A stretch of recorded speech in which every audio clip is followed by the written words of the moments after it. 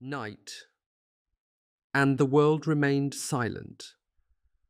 A memoir by Elie Wiesel, narrated by Isaac Darlan. Foreign journalists frequently come to see me. I am wary of them, torn as I am between my desire to speak to them freely and the fear of putting weapons into the hands of interviewers whose attitude toward France I do not know. During these encounters, I tend to be on my guard. That particular morning, the young Jew who came to interview me on behalf of a Tel Aviv daily won me over from the first moment. Our conversation very quickly became more personal. Soon I was sharing with him memories from the time of the occupation. It is not always the events that have touched us personally that affect us the most. I confided to my young visitor that nothing I had witnessed during that dark period had marked me as deeply as the image of cattle cars filled with Jewish children at the Austerlitz train station. Yet I did not even see them with my own eyes. It was my wife who described them to me, still under the shock of the horror she had felt. At that time we knew nothing about the Nazis' extermination methods. And who could have imagined such things? But these lambs torn from their mothers, that was an outrage far beyond anything we would have thought possible. I believe that on that day, I first became aware of the mystery of the iniquity whose exposure marked the end of an era and the beginning of another. The dream conceived by Western man in the 18th century, whose dawn he thought he had glimpsed in 1789, and which until August 2nd, 1914, had become stronger with the advent of the Enlightenment and scientific discoveries. That dream finally vanished for me before those trainloads of small children. And yet I was still thousands of miles away from imagining that these children were destined to feed the gas chambers and crematoria. This, then, was what I probably told this journalist. And when I said with a sigh, "I have thought of these children so many times," he told me I was one of them. He was one of them. He had seen his mother, a beloved little sister, and most of his family, except his father and two other sisters, disappear in a furnace fueled by living creatures. As for his father, the boy had to witness his martyrdom day after day, and finally his agony and death. And what a death! The circumstances of it are narrated in this book, and I shall allow readers, who should be as numerous as those reading the diary of Anne Frank, to discover them for themselves, as well as by what miracle the child himself escaped. I maintain, therefore, that this personal record, coming as it does after so many others and describing an abomination such as we might have thought no longer had any secrets for us, is different, distinct, and unique nevertheless. The fate of the Jews of the small town in Transylvania called Sigay, their blindness as they confronted a destiny from which they would have still had time to flee, the inconceivable passivity with which they surrendered to it, deaf to the warnings and pleas of a witness who, having escaped the massacre, relates to them what he has seen with his own eyes, but they refuse to believe him and call him a madman. This set of circumstances would surely have sufficed to inspire a book to which, I believe, no other can be compared. It is, however, another aspect of this extraordinary book that has held my attention. The child who tells us his story here was one of God's chosen. From the time he began to think, he lived only for God, studying the Talmud, eager to be initiated into the Kabbalah, wholly dedicated to the Almighty. Have we ever considered the consequence of a less visible, less striking abomination, yet the worst of all, for those of us who have faith? The death of God in the soul of a child who suddenly faces absolute evil. Let us try to imagine what goes on in his mind as his eyes watch rings of black smoke unfurl in the sky, smoke that emanates from the furnaces into which his little sister and his mother had been thrown after thousands of other victims. Never shall I forget that night, the first night in camp that turned my life into one long night 7 times sealed. Never shall I forget that smoke. Never shall I forget the small faces of the children whose bodies I saw transformed into smoke under a silent sky. Never shall I forget those flames that consumed my faith forever. Never shall I forget the nocturnal silence that deprived me for all eternity of the desire to live. Never shall I forget those moments that murdered my God and my soul and turned my dreams to ashes. Never shall I forget those things, even were I condemned to live as long as God himself. Never. It was then that I understood what had first appealed to me about this young Jew, the gaze of a Lazarus risen from the dead yet still held captive in the somber regions into which he had strayed, stumbling over desecrated corpses. For him, Nietzsche's cry articulated an almost physical reality.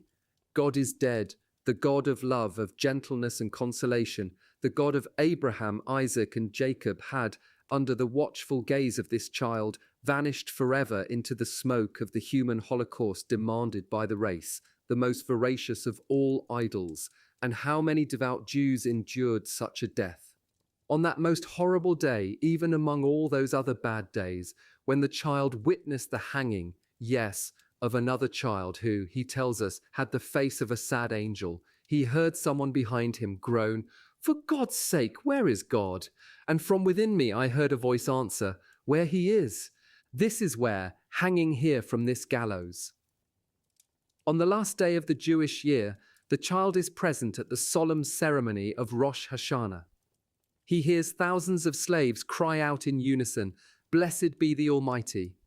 Not so long ago, he too would have knelt down, and with such worship, such awe, such love. But this day, he does not kneel, he stands. The human creature, humiliated and offended in ways that are inconceivable to the mind or the heart, defies the blind and deaf divinity. I no longer pleaded for anything. I was no longer able to lament. On the contrary, I felt very strong. I was the accuser, God the accused. My eyes had opened and I was alone, terribly alone in a world without God, without man, without love or mercy. I was nothing but ashes now, but I felt myself to be stronger than this Almighty, to whom my life had been bound for so long. In the midst of these men assembled for prayer, I felt like an observer, a stranger. And I, who believed that God is love, what answer was there to give my young interlocutor, whose dark eyes still held the reflection of the angelic sadness that had appeared one day on the face of a hanged child? What did I say to him? Did I speak to him of that other Jew, this crucified brother who perhaps resembled him and whose cross conquered the world? Did I explain to him that what had been a stumbling block for his faith had become a cornerstone for mine, and that the connection between the cross and human suffering remains, in my view, the key to the unfathomable mystery in which the faith of his childhood was lost? And yet Zion has risen up again out of the crematoria and the slaughterhouses. The Jewish nation has been resurrected from among its thousands of dead. It is they who have given it new life. We do not know the worth of one single drop of blood, one single tear. All is grace. If the Almighty is the Almighty, the last word for each of us belongs to him.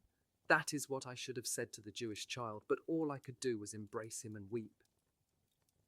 They called him Moish the Beadle, as if his entire life he had never had a surname. He was the jack of all trades in a Hasidic house of prayer, a shtibel. The Jews of Siget, the little town in Transylvania where I spent my childhood, were fond of him. He was poor and lived in utter penury. As a rule, our townspeople, while they did help the needy, did not particularly like them. Moish the Beadle was the exception. He stayed out of people's way. His presence bothered no one. He had mastered the art of rendering himself insignificant, invisible. Physically, he was as awkward as a clown. His waif-like shyness made people smile.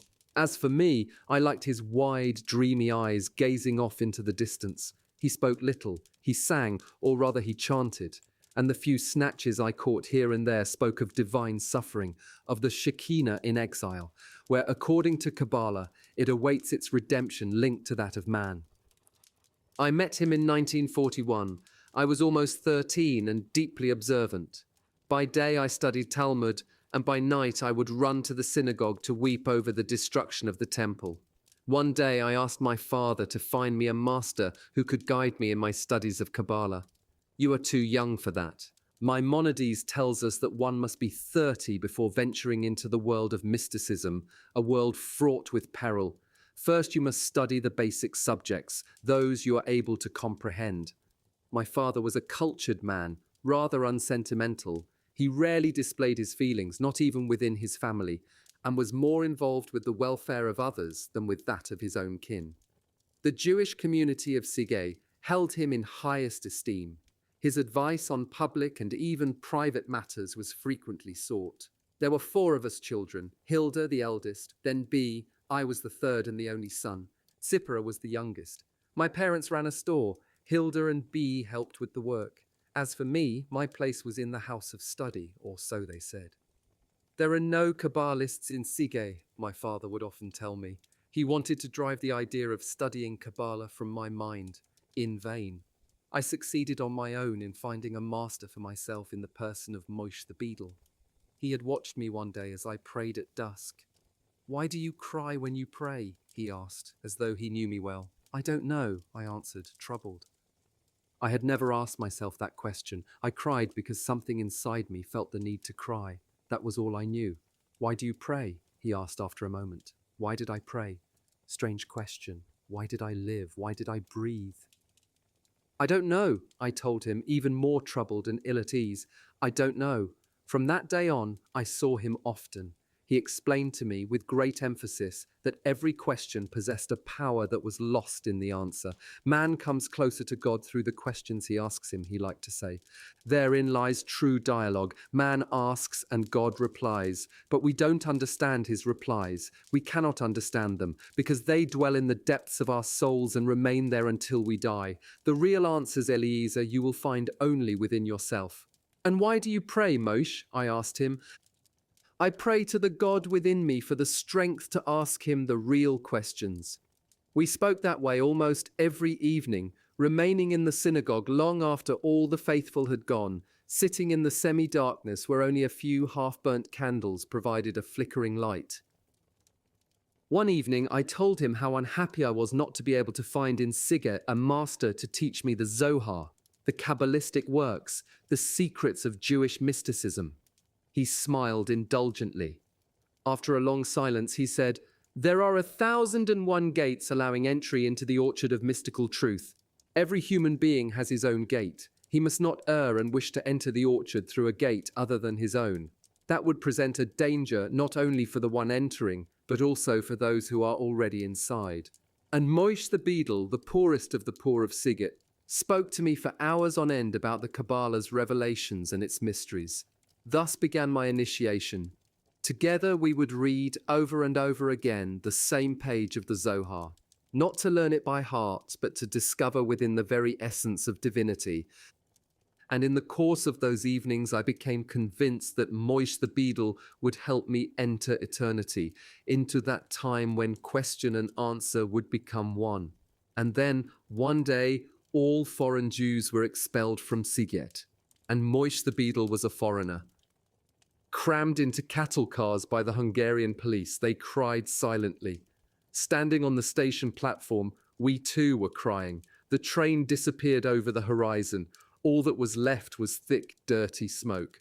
Behind me, someone said, sighing, "What do you expect? That's war." The deportees were quickly forgotten.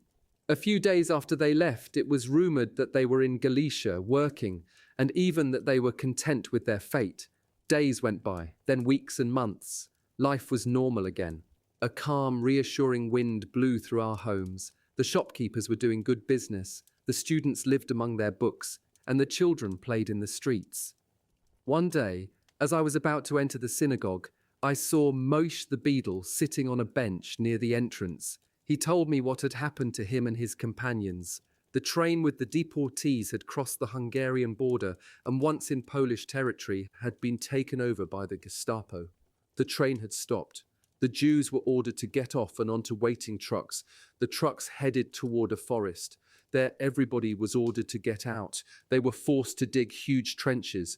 When they had finished their work, the men from the Gestapo began theirs. Without passion or haste, they shot their prisoners, who were forced to approach the trench one by one and offer their necks. Infants were tossed into the air and used as targets for the machine guns. This took place in the Galician forest near Colomay. How had he, Moshe the Beadle, been able to escape? by a miracle. He was wounded in the leg and left for dead. Day after day, night after night, he went from one Jewish house to the next, telling his story and that of Malka, the young girl who lay dying for 3 days, and that of Toby, the tailor who begged to die before his sons were killed. Moshe was not the same. The joy in his eyes was gone. He no longer sang. He no longer mentioned either God or Kabbalah. He spoke only of what he had seen. But people not only refused to believe his tales, they refused to listen. Some even insinuated that he only wanted their pity, that he was imagining things. Others flatly said that he had gone mad. As for Moshe, he wept and pleaded, "Jews, listen to me. That's all I ask of you. No money, no pity, just listen to me." He kept shouting in synagogue, between the prayer at dusk and the evening prayer. Even I did not believe him. I often sat with him after services and listened to his tales, trying to understand his grief. But all I felt was pity. "They think I'm mad," he whispered, and tears like drops of wax flowed from his eyes. Once I asked him the question, "Why do you want people to believe you so much? In your place, I would not care whether they believed me or not." He closed his eyes, as if to escape time. "You don't understand," he said in despair. "You cannot understand. I was saved miraculously. I succeeded in coming back. Where did I get my strength? I wanted to return to Siget, to describe to you my death so that you might ready yourselves while there is still time. Life, I no longer care to live. I am alone, but I wanted to come back to warn you. Only no one is listening to me." This was toward the end of 1942. Thereafter, life seemed normal once again. London radio, which we listened to every evening, announced encouraging news: the daily bombings of Germany and Stalingrad, the preparation of the Second Front. And so we, the Jews of Siget, waited for better days that surely were soon to come. I continued to devote myself to my studies, Talmud during the day and Kabbalah at night. My father took care of his business and the community. My grandfather came to spend Rosh Hashanah with us so as to attend the services of the celebrated Rebbe of Borsha. My mother was beginning to think it was high time to find an appropriate match for Hilda. Thus passed the year 1943, spring 1944. Splendid news from the Russian front. There could no longer be any doubt Germany would be defeated. It was only a matter of time, months or weeks perhaps. The trees were in bloom. It was a year like so many others, with its spring, its engagements, and its weddings and its births.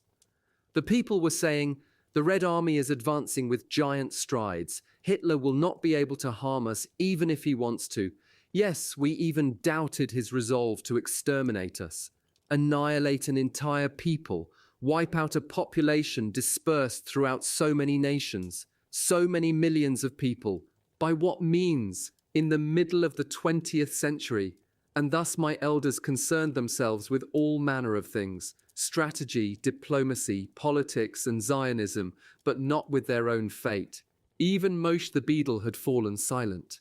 He was weary of talking.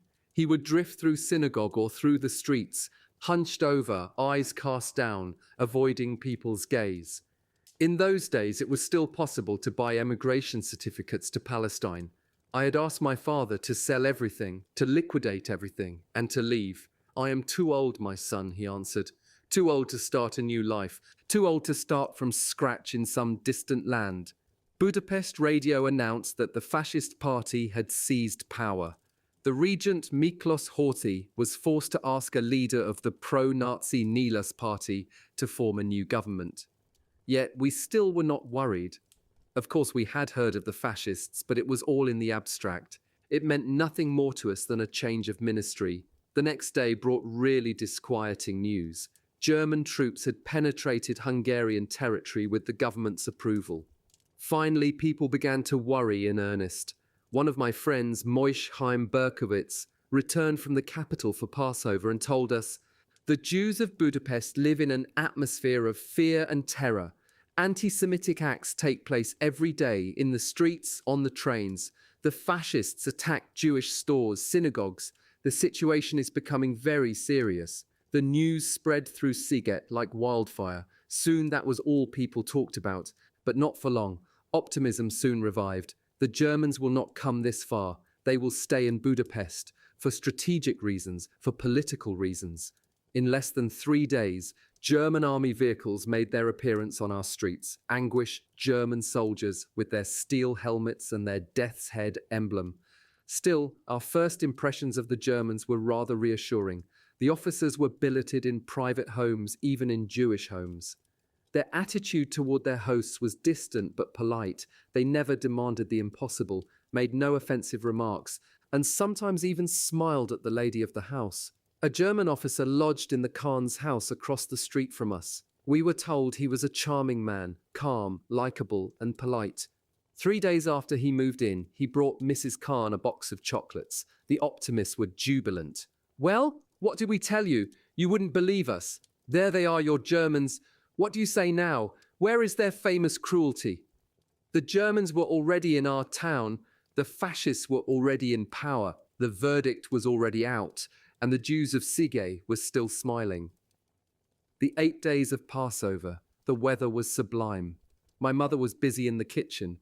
The synagogues were no longer open. People gathered in private homes. No need to provoke the Germans. Almost every rabbi's home became a house of prayer. We drank, we ate, we sang. The Bible commands us to rejoice during the 8 days of celebration, but our hearts were not in it. We wished the holiday would end so as not to have to pretend.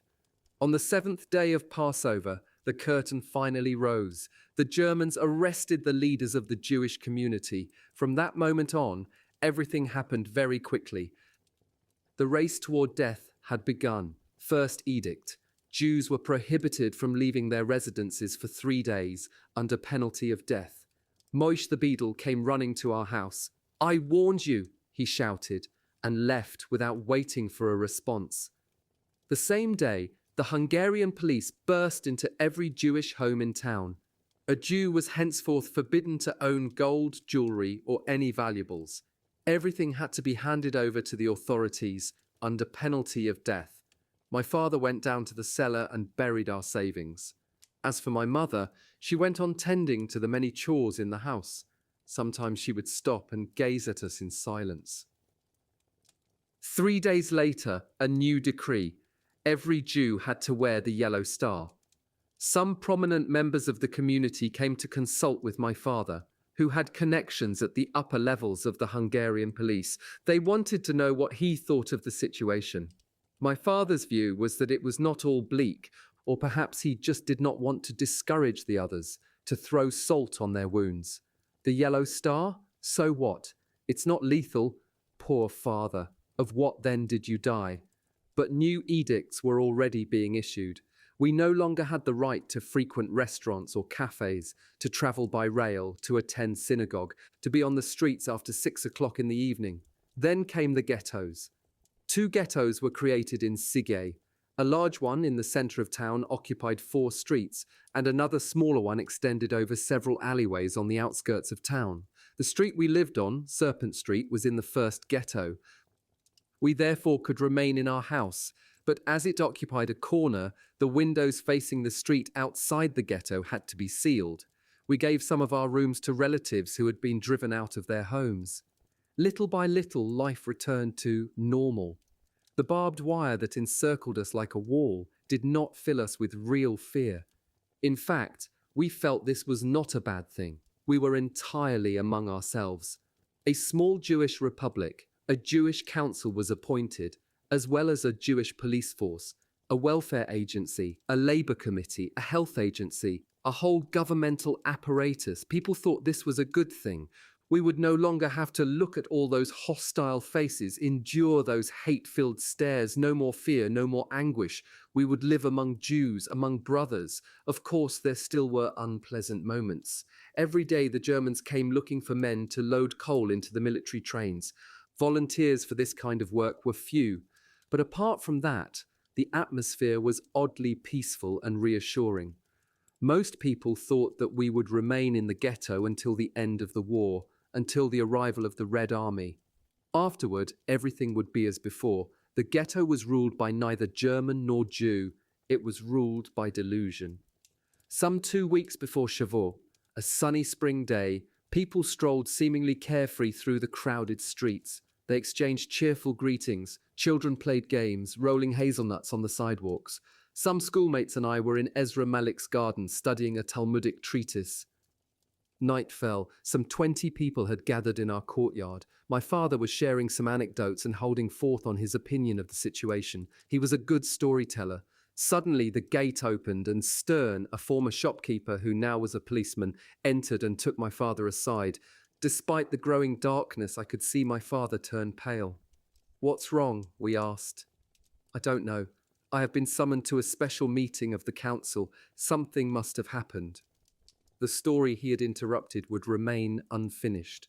"I'm going right now," he said. "I'll return as soon as possible. I'll tell you everything. Wait for me."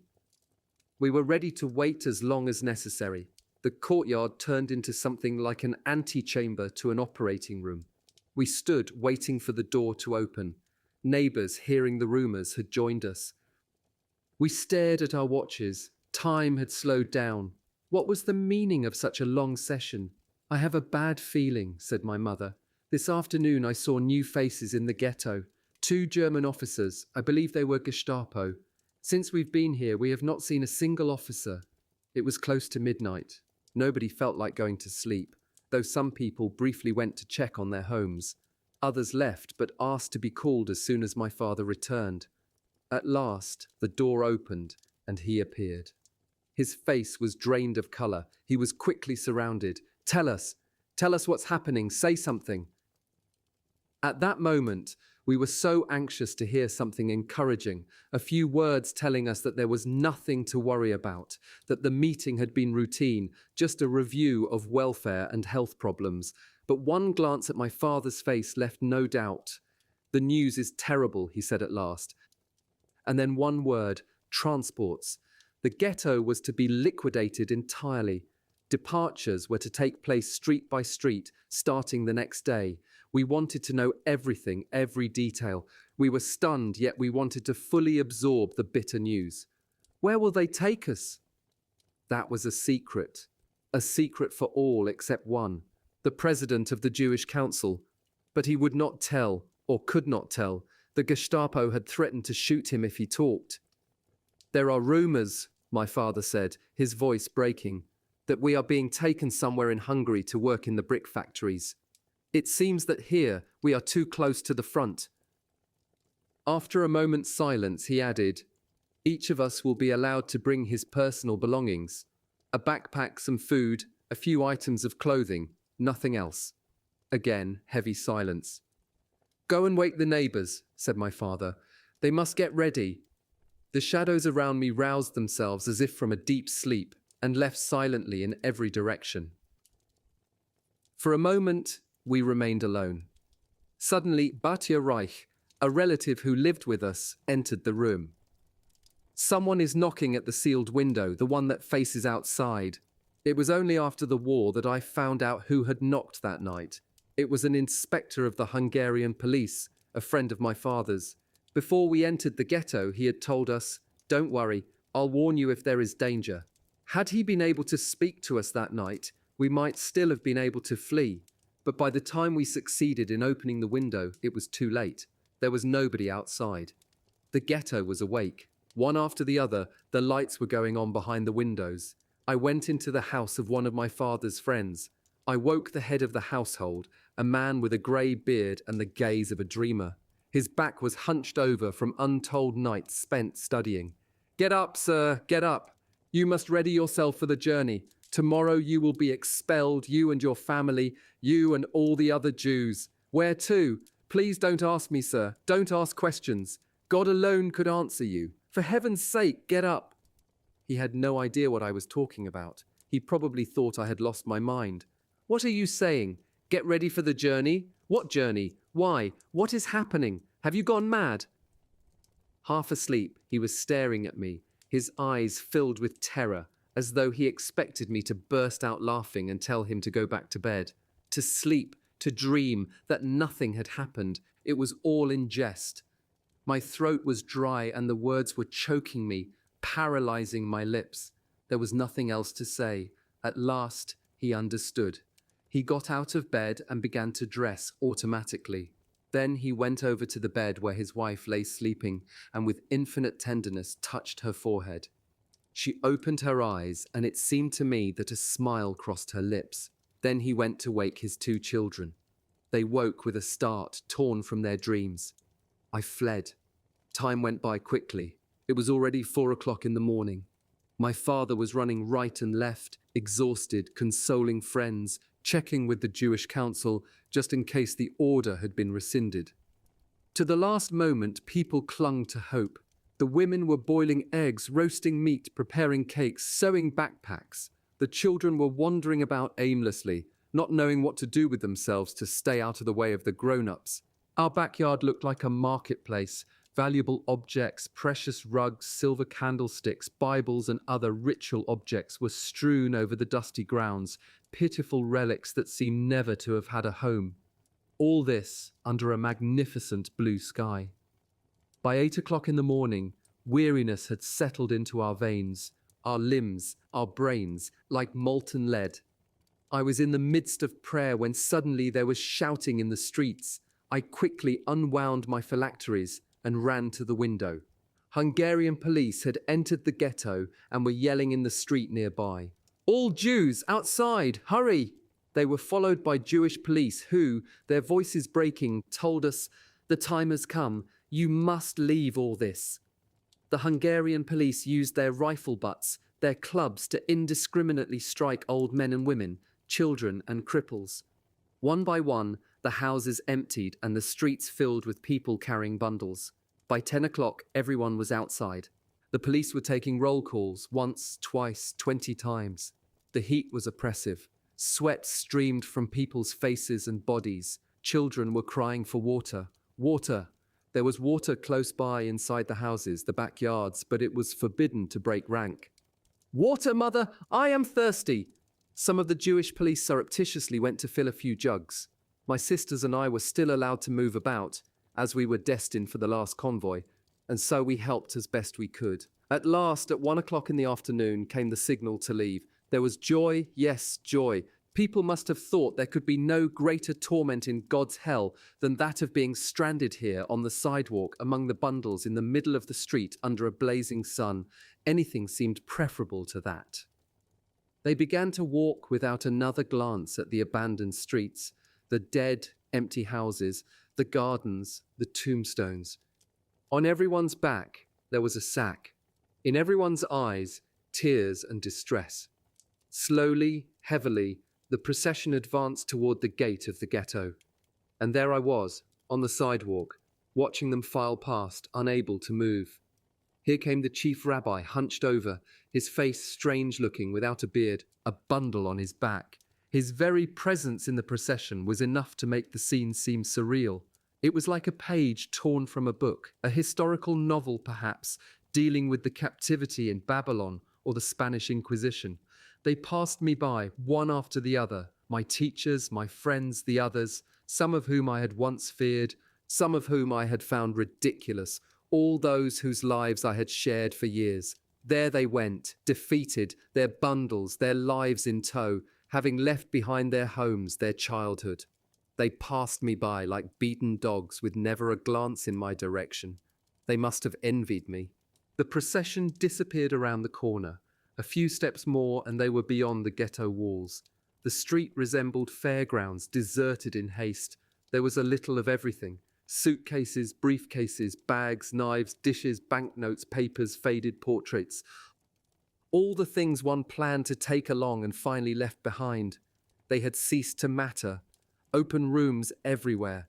Gaping doors and windows looked out into the void. It all belonged to everyone since it no longer belonged to anyone. It was there for the taking, an open tomb, a summer sun. We had spent the day without food, but we were not really hungry. We were exhausted. My father had accompanied the deportees as far as the ghetto's gate. They first had been herded through the main synagogue, where they were thoroughly searched to make sure they were not carrying away gold, silver, or any other valuables.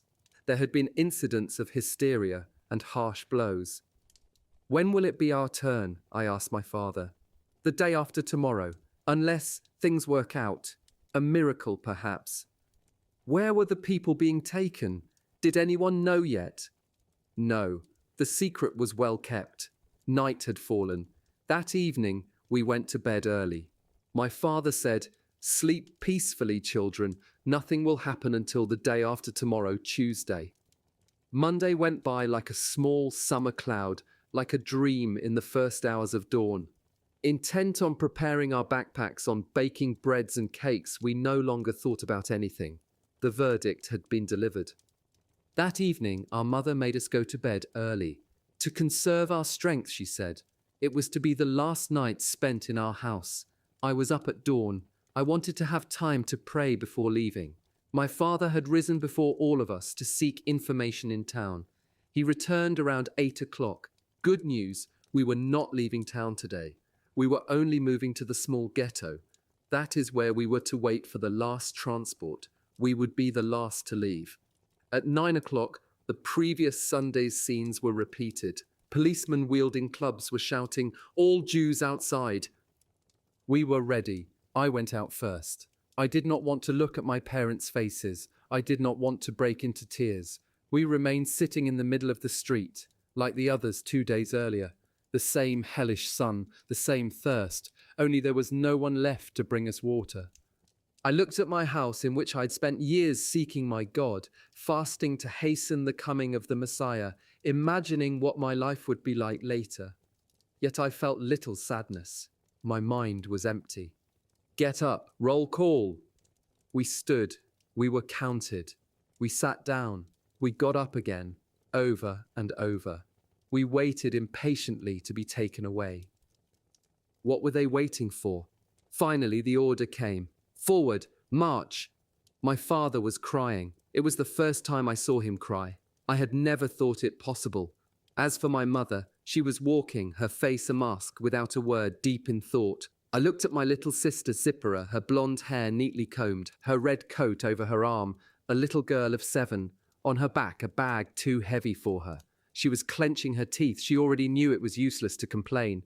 Here and there the police were lashing out with their clubs. "Faster!" I had no strength left. The journey had just begun, and I already felt so weak. "Faster, faster! Move, you lazy good-for-nothings!" the Hungarian police were screaming. That was when I began to hate them, and my hatred remains our only link today. They were our first oppressors. They were the first faces of hell and death. They ordered us to run. We began to run. Who would have thought that we were so strong?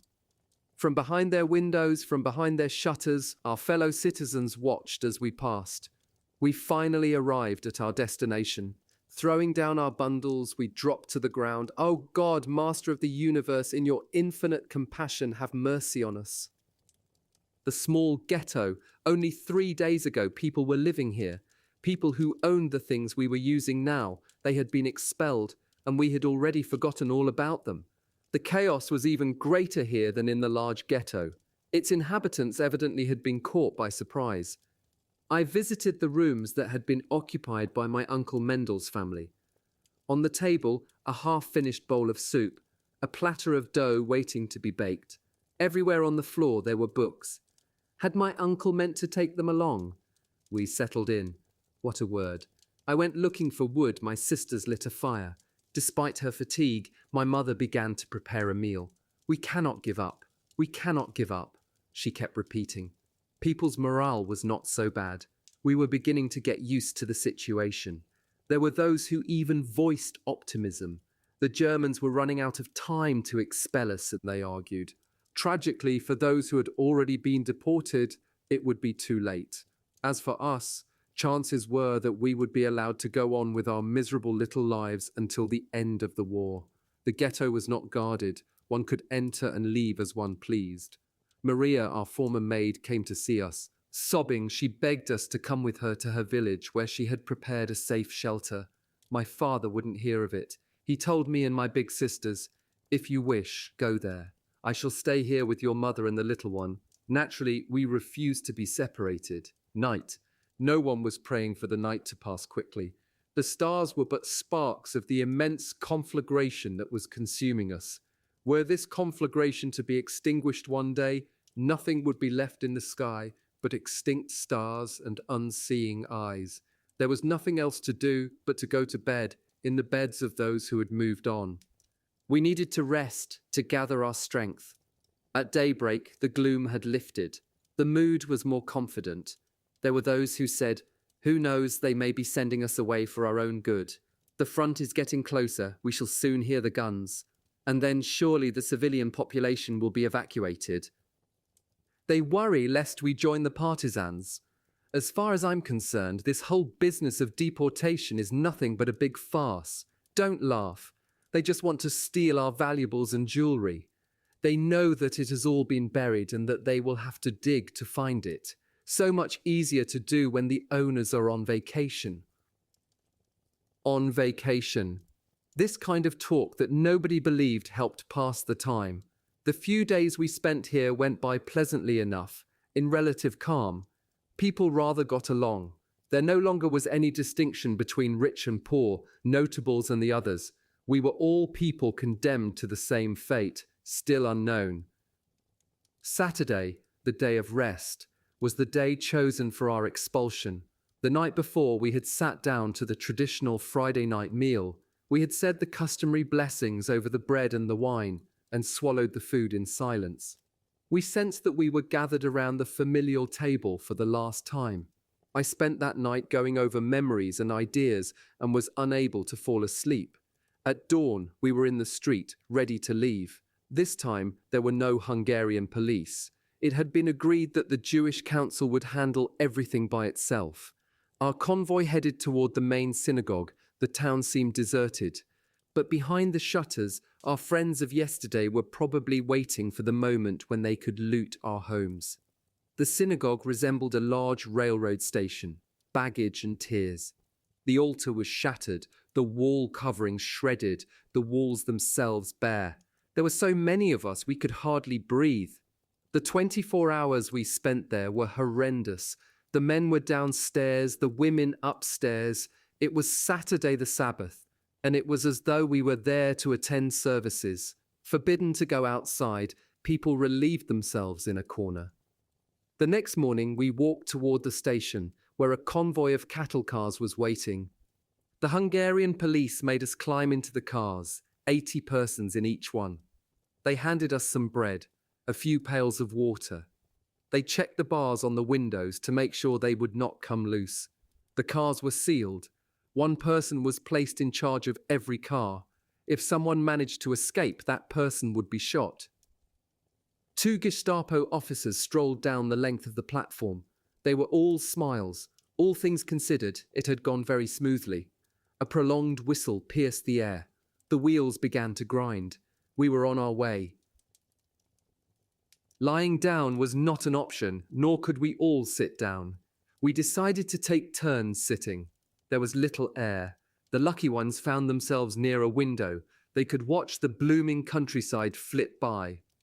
After 2 days of travel, thirst became intolerable, as did the heat.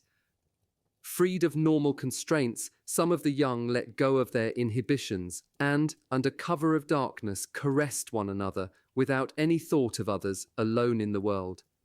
The others pretended not to notice. There was still some food left, but we never ate enough to satisfy our hunger. Our principle was to economize, to save for tomorrow. Tomorrow could be worse yet.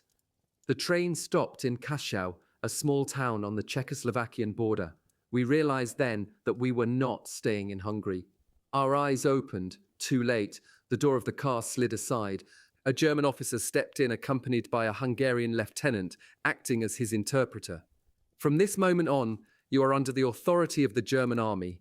Anyone who still owns gold, silver, or watches must hand them over now. Anyone who will be found to have kept any of these will be shot on the spot. Secondly, anyone who is ill should report to the hospital car. That's all.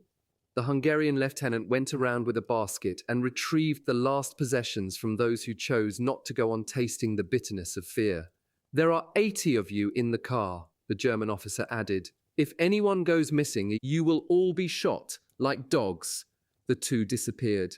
The doors clanked shut. We had fallen into the trap, up to our necks. The doors were nailed, the way back irrevocably cut off. The world had become a hermetically sealed cattle car. There was a woman among us, a certain Mrs. Schachter. She was in her 50s and her 10-year-old son was with her, crouched in a corner. Her husband and 2 older sons had been deported with the first transport by mistake. The separation had totally shattered her. I knew her well, a quiet, tense woman with piercing eyes. She had been a frequent guest in our house. Her husband was a pious man who spent most of his days and nights in the house of study. It was she who supported the family. Mrs. Schachter had lost her mind. On the first day of the journey, she had already begun to moan. She kept asking why she had been separated from her family. Later, her sobs and screams became hysterical. On the 3rd night, as we were sleeping, some of us sitting, huddled against each other, some of us standing, a piercing cry broke the silence. "Fire! I see a fire! I see a fire!" There was a moment of panic. Who had screamed? It was Mrs. Schachter. Standing in the middle of the car, in the faint light filtering through the windows, she looked like a withered tree in a field of wheat. She was howling, pointing through the window. "Look! Look at this fire! This terrible fire! Have mercy on me!" Some pressed against the bars to see. There was nothing, only the darkness of night. It took us a long time to recover from this harsh awakening. We were still trembling, and with every screech of the wheels, we felt the abyss opening beneath us. Unable to still our anguish, we tried to reassure each other. "She is mad, poor woman." Someone had placed a damp rag on her forehead, but she nevertheless continued to scream, "Fire! I see a fire!" Her little boy was crying, clinging to her skirt, trying to hold her hand. "It's nothing, mother. There's nothing there. Please sit down." He pained me even more than did his mother's cries. Some of the women tried to calm her. "You'll see. You'll find your husband and sons again. In a few days." She continued to scream and sob fitfully. "Jews, listen to me," she cried. "I see a fire. I see flames, huge flames." It was as though she were possessed by some evil spirit. We tried to reason with her, more to calm ourselves, to catch our breath, than to soothe her. "She is hallucinating because she is thirsty, poor woman. That's why she speaks of flames devouring her." But it was all in vain. Our terror could no longer be contained. Our nerves had reached a breaking point. Our very skin was aching. It was as though madness had infected all of us. We gave up. A few young men forced her to sit down, then bound and gagged her. Silence fell again. The small boy sat next to his mother, crying. I started to breathe normally again as I listened to the rhythmic pounding of the wheels on the tracks as the train raced through the night. We could begin to doze again, to rest, to dream. And so an hour or 2 passed. Another scream jolted us. The woman had broken free of her bonds and was shouting louder than before. "Look at the fire! Look at the flames! Flames everywhere!" Once again the young men bound and gagged her. When they actually struck her, people shouted their approval. "Keep her quiet! Make that madwoman shut up! She's not the only one here!" She received several blows to the head, blows that could have been lethal. Her son was clinging desperately to her, not uttering a word. He was no longer crying. The night seemed endless. By daybreak, Mrs. Schachter had settled down. Crouching in her corner, her blank gaze fixed on some faraway place, she no longer saw us. She remained like that all day, mute, absent, alone in the midst of us. Toward evening, she began to shout again, "The fire! Over there!" She was pointing somewhere in the distance, always the same place. No one felt like beating her anymore. The heat, the thirst, the stench, the lack of air was suffocating us. Yet all that was nothing compared to her screams, which tore us apart. A few more days and all of us would have started to scream. But we were pulling into a station. Someone near a window read to us, "Auschwitz." Nobody had ever heard that name. The train did not move again. The afternoon went by slowly. Then the doors of the wagon slid open. 2 men were given permission to fetch water. When they came back, they told us that they had learned, in exchange for a gold watch, that this was the final destination. We were to leave the train here. There was a labor camp on the site. The conditions were good. Families would not be separated. Only the young would work in the factories. The old and the sick would find work in the fields. Confidence soared. Suddenly we felt free of the previous night's terror. We gave thanks to God. Mrs. Schachter remained huddled in her corner, mute, untouched by the optimism around her. Her little one was stroking her hand. Dusk began to fill the wagon. We ate what was left of our food. At 10 o'clock in the evening, we were all trying to find a position for a quick nap, and soon we were dozing. Suddenly, "Look at the fire! Look at the flames over there!" With a start, we awoke and rushed to the window yet again. We had believed her, if only for an instant, but there was nothing outside but darkness. We returned to our places, shame in our souls, but fear gnawing at us nevertheless. As she went on howling, she was struck again. Only with great difficulty did we succeed in quieting her down. The man in charge of our wagon called out to a German officer strolling down the platform, asking him to have the sick woman moved to a hospital car. "Patience," the German replied. "Patience. She'll be taken there soon." Around 11 o'clock, the train began to move again. We pressed against the windows. The convoy was rolling slowly. A quarter of an hour later, it began to slow down even more. Through the windows, we saw barbed wire. We understood that this was the camp. We had forgotten Mrs. Schachter's existence. Suddenly, there was a terrible scream. "Jews, look! Look at the fire! Look at the flames!" And as the train stopped, this time we saw flames rising from a tall chimney into a black sky. Mrs. Schachter had fallen silent on her own, mute again, indifferent, absent. She had returned to her corner. We stared at the flames in the darkness. A wretched stench floated in the air. Abruptly, our doors opened. Strange-looking creatures dressed in striped jackets and black pants jumped into the wagon. Holding flashlights and sticks, they began to strike at us left and right, shouting, "Everybody out! Leave everything inside! Hurry up!" We jumped out. I glanced at Mrs. Schachter. Her little boy was still holding her hand. In front of us, those flames. In the air, the smell of burning flesh. It must have been around midnight. We had arrived in Birkenau. The beloved objects that we had carried with us from place to place were now left behind in the wagon, and with them, finally, our illusions. Every few yards there stood an SS man, his machine gun trained on us. Hand in hand, we followed the throng. An SS came toward us wielding a club. He commanded, "Men to the left, women to the right." 8 words spoken quietly, indifferently, without emotion. 8 simple, short words. Yet that was the moment when I left my mother. There was no time to think, and I already felt my father's hand press against mine. We were alone. In a fraction of a second, I could see my mother, my sisters moved to the right. Zipporah was holding mother's hand. I saw them walking farther and farther away. Mother was stroking my sister's blonde hair, as if to protect her, and I walked on with my father, with the men. I didn't know that this was the moment in time and the place where I was leaving my mother and Zipporah forever. I kept walking, my father holding my hand. The beloved objects that we had carried with us from place to place were now left behind in the wagon, and with them, finally, our illusions. Every few yards there stood an SS man, his machine gun trained on us. Hand in hand we followed the throng. An SS came toward us wielding a club. He commanded, "Men to the left, women to the right." 8 words spoken quietly, indifferently, without emotion. 8 simple, short words. Yet that was the moment when I left my mother. There was no time to think, and I already felt my father's hand press against mine. We were alone. In a fraction of a second I could see my mother, my sisters move to the right. Zipporah was holding mother's hand. I saw them walking farther and farther away. Mother was stroking my sister's blonde hair, as if to protect her. And I walked on with my father, with the men. I didn't know that this was the moment in time and the place where I was leaving my mother and Zipporah forever. I kept walking, my father holding my hand. Behind me, an old man fell to the ground. Nearby, an SS man replaced his revolver in its holster.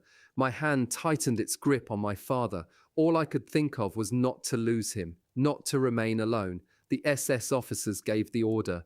"Form ranks of 5s." There was a tumult. It was imperative to stay together. "Hey kid, how old are you?" The man interrogating me was an inmate. I could not see his face, but his voice was weary and warm. 15.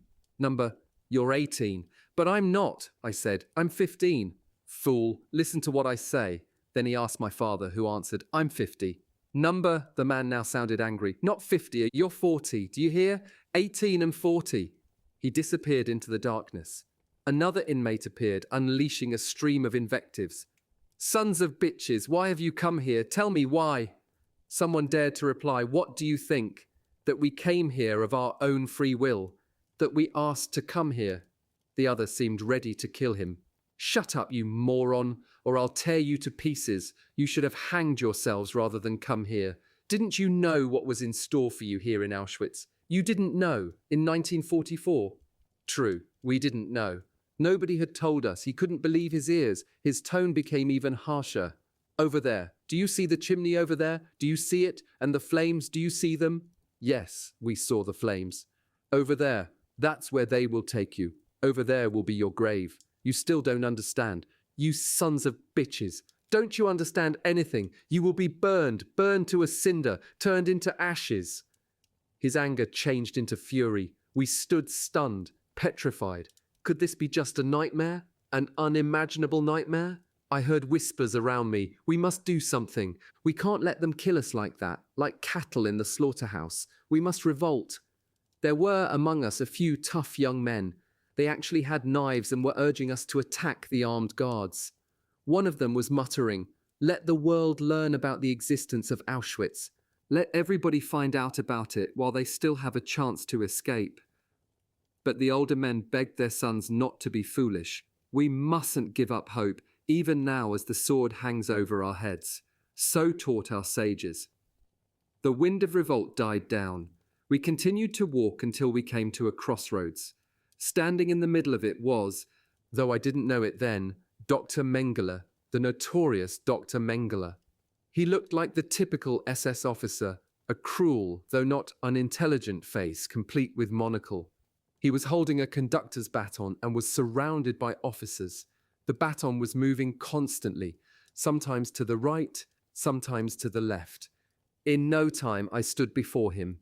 "Your age?" he asked, perhaps trying to sound paternal. "I'm 18. My voice was trembling. "In good health?" "Yes." "Your profession?" "Tell him that I was a student."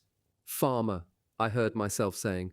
This conversation lasted no more than a few seconds. It seemed like an eternity. The baton pointed to the left. I took half a step forward. I first wanted to see where they would send my father. Were he to have gone to the right, I would have run after him. The baton once more moved to the left. A weight lifted from my heart. We did not know as yet which was the better side, right or left, which road led to prison and which to the crematoria. Still, I was happy. I was near my father. Our procession continued slowly to move forward. Another inmate came over to us. "Satisfied?" "Yes," someone answered. "Poor devils, you are heading for the crematorium." He seemed to be telling the truth. Not far from us, flames, huge flames, were rising from a ditch. Something was being burned there. A truck drew close and unloaded its hold. Small children. Babies. Yes, I did see this with my own eyes. Children thrown into the flames. Is it any wonder that ever since then, sleep tends to elude me? So that was where we were going.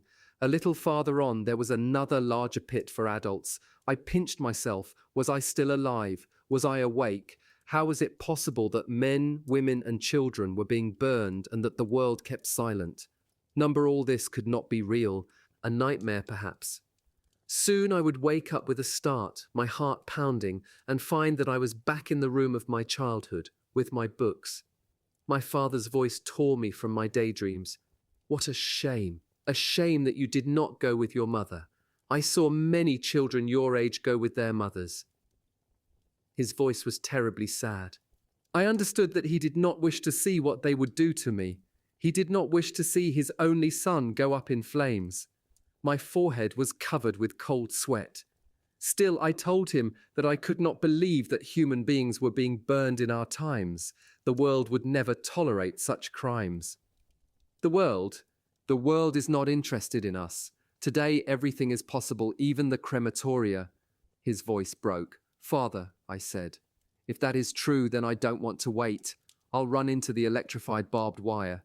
That would be easier than a slow death in the flames." He didn't answer. He was weeping. His body was shaking. Everybody around us was weeping. Someone began to recite Kaddish, the prayer for the dead. I don't know whether during the history of the Jewish people, men have ever before recited Kaddish for themselves. Yiskadal, Veyiskadash, Shmei Rabbah, may his name be celebrated and sanctified, whispered my father. For the first time, I felt anger rising within me. Why should I sanctify his name? The Almighty, the eternal and terrible Master of the universe, chose to be silent.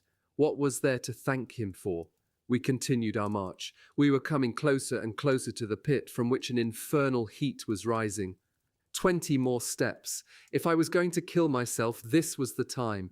Our column had only some 15 steps to go. I bit my lips so that my father would not hear my teeth chattering. 10 more steps. 8, 7. We were walking slowly as one follows a hearse, our own funeral procession. Only 4 more steps. 3. There it was now, very close to us, the pit and its flames. I gathered all that remained of my strength in order to break rank and throw myself onto the barbed wire. Deep down, I was saying goodbye to my father, to the whole universe, and against my will, I found myself whispering the words, Yiskadal, Veyiskadash, Shmei Rabbah, may his name be exalted and sanctified. My heart was about to burst. There, I was face to face with the angel of death.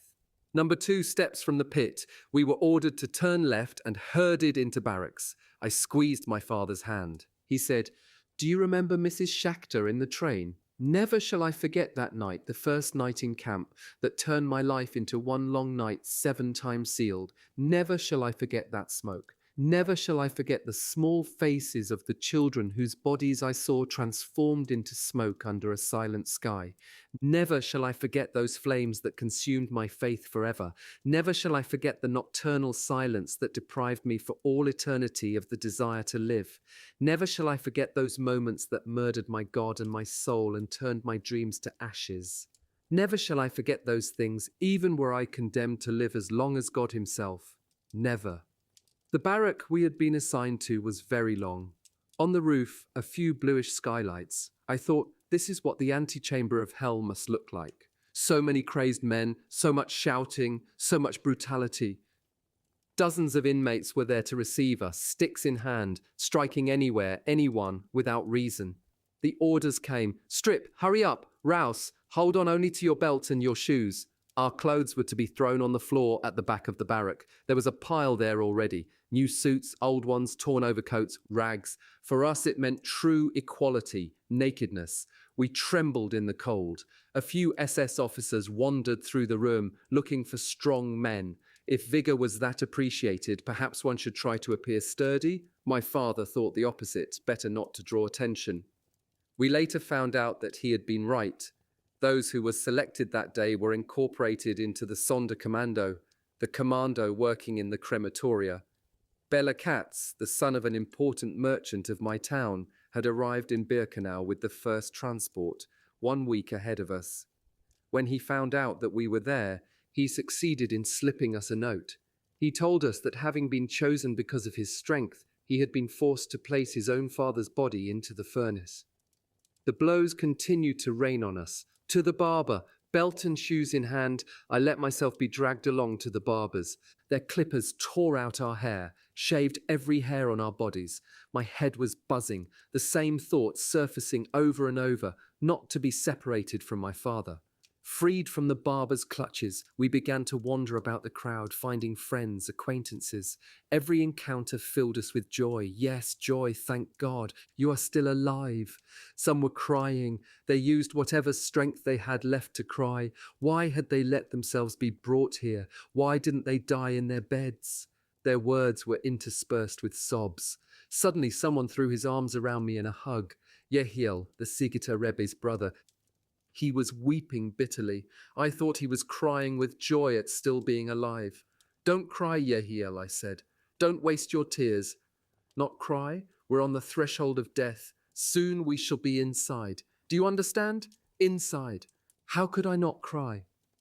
I watched darkness fade through the bluish skylights in the roof. I no longer was afraid. I was overcome by fatigue. The absent no longer entered our thoughts. One spoke of them. Who knows what happened to them? but their fate was not on our minds. We were incapable of thinking. Our senses were numbed. Everything was fading into a fog. We no longer clung to anything. The instincts of self-preservation, of self-defense, of pride had all deserted us. In one terrifying moment of lucidity, I thought of us as damned souls wandering through the void, souls condemned to wander through space until the end of time, seeking redemption, seeking oblivion, without any hope of finding either. Around 5 o'clock in the morning, we were expelled from the barrack. The capos were beating us again, but I no longer felt the pain. A glacial wind was enveloping us. We were naked, holding our shoes and belts. An order, run! And we ran. After a few minutes of running, a new barrack. A barrel of foul-smelling liquid stood by the door. Disinfection. Everybody soaked in it. Then came a hot shower, all very fast. As we left the showers, we were chased outside and ordered to run some more. Another barrack, the storeroom, very long tables, mountains of prison garb. As we ran, they threw the clothes at us, pants, jackets, shirts. In a few seconds, we had ceased to be men. Had the situation not been so tragic, we might have laughed. We looked pretty strange. Mia Katz, a colossus, wore a child's pants, and Stern, a skinny little fellow, was floundering in a huge jacket. We immediately started to switch. I glanced over at my father. How changed he looked. His eyes were veiled. I wanted to tell him something, but I didn't know what. The night had passed completely. The morning star shone in the sky. I too had become a different person. The student of Talmud, the child I was, had been consumed by the flames. All that was left was a shape that resembled me. My soul had been invaded and devoured by a black flame. So many events had taken place in just a few hours that I had completely lost all notion of time. When had we left our homes and the ghetto and the train? Only a week ago, one night, one single night. How long had we been standing in the freezing wind? 1 hour? A single hour? 60 minutes? Surely it was a dream. Not far from us, prisoners were at work. Some were digging holes, others were carrying sand. None as much as glanced at us. We were withered trees in the heart of the desert. Behind me, people were talking. I had no desire to listen to what they were saying, or to know who was speaking and what about. Nobody dared raise his voice, even though there was no guard around. We whispered, perhaps because of the thick smoke that poisoned the air and stung the throat. We were herded into yet another barrack, inside the gypsy camp. We fell into ranks of 5. And now stop moving. There was no floor. A roof and 4 walls. Our feet sank into the mud. Again, the waiting. I fell asleep standing up. I dreamed of a bed, of my mother's hand on my face. I woke. I was standing, my feet in the mud. Some people collapsed, sliding into the mud. Others shouted, "Are you crazy? We were told to stand. Do you want to get us all in trouble?" As if all the troubles in the world were not already upon us. Little by little, we all sat down in the mud. But we had to get up whenever a capo came in to check if by chance somebody had a new pair of shoes. If so, we had to hand them over. No use protesting. The blows multiplied, and in the end, one still had to hand them over. I had new shoes myself. But as they were covered with a thick coat of mud, they had not been noticed. I thanked God, in an improvised prayer, for having created mud in his infinite and wondrous universe. Suddenly the silence became more oppressive. An SS officer had come in, and with him the smell of the angel of death. We stared at his fleshy lips. He harangued us from the center of the barrack. "You are in a concentration camp, in Auschwitz." A pause. He was observing the effect his words had produced. His face remains in my memory to this day. A tall man in his 30s, crime written all over his forehead and his gaze. He looked at us as one would a pack of leprous dogs clinging to life. "Remember," he went on, "remember it always. Let it be graven in your memories.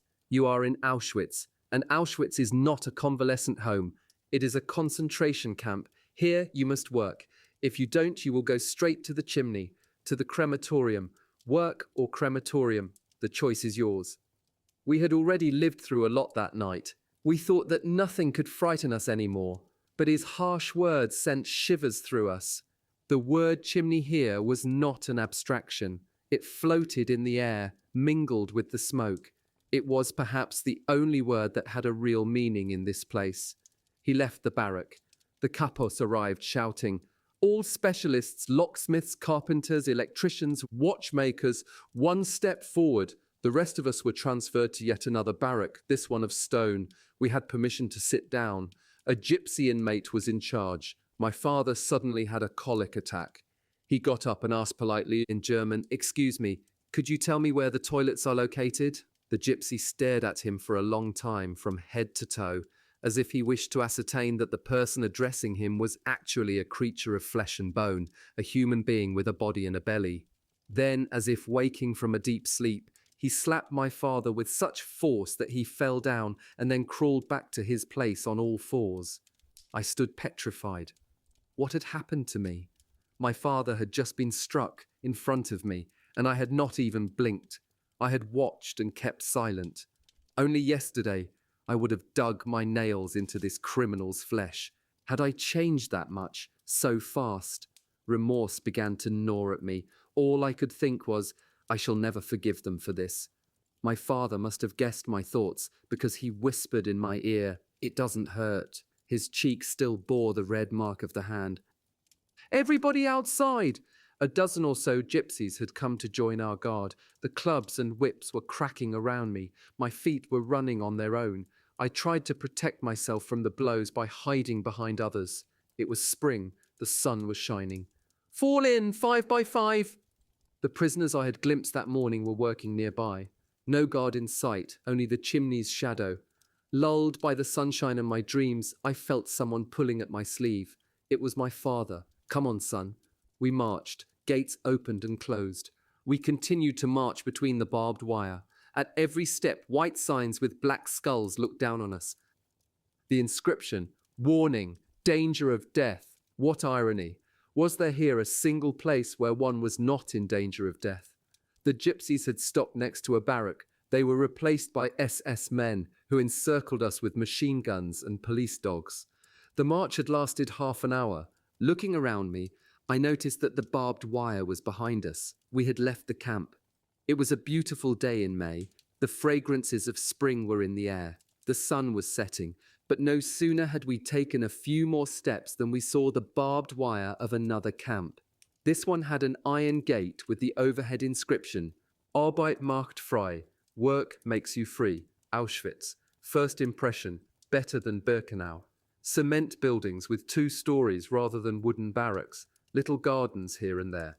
We were led towards one of those blocks. Seated on the ground by the entrance, we began to wait again. From time to time, somebody was allowed to go in. These were the showers, a compulsory routine. Going from one camp to the other several times a day, we had each time to go through them. After the hot shower, we stood shivering in the darkness. Our clothes had been left behind. We had been promised other clothes.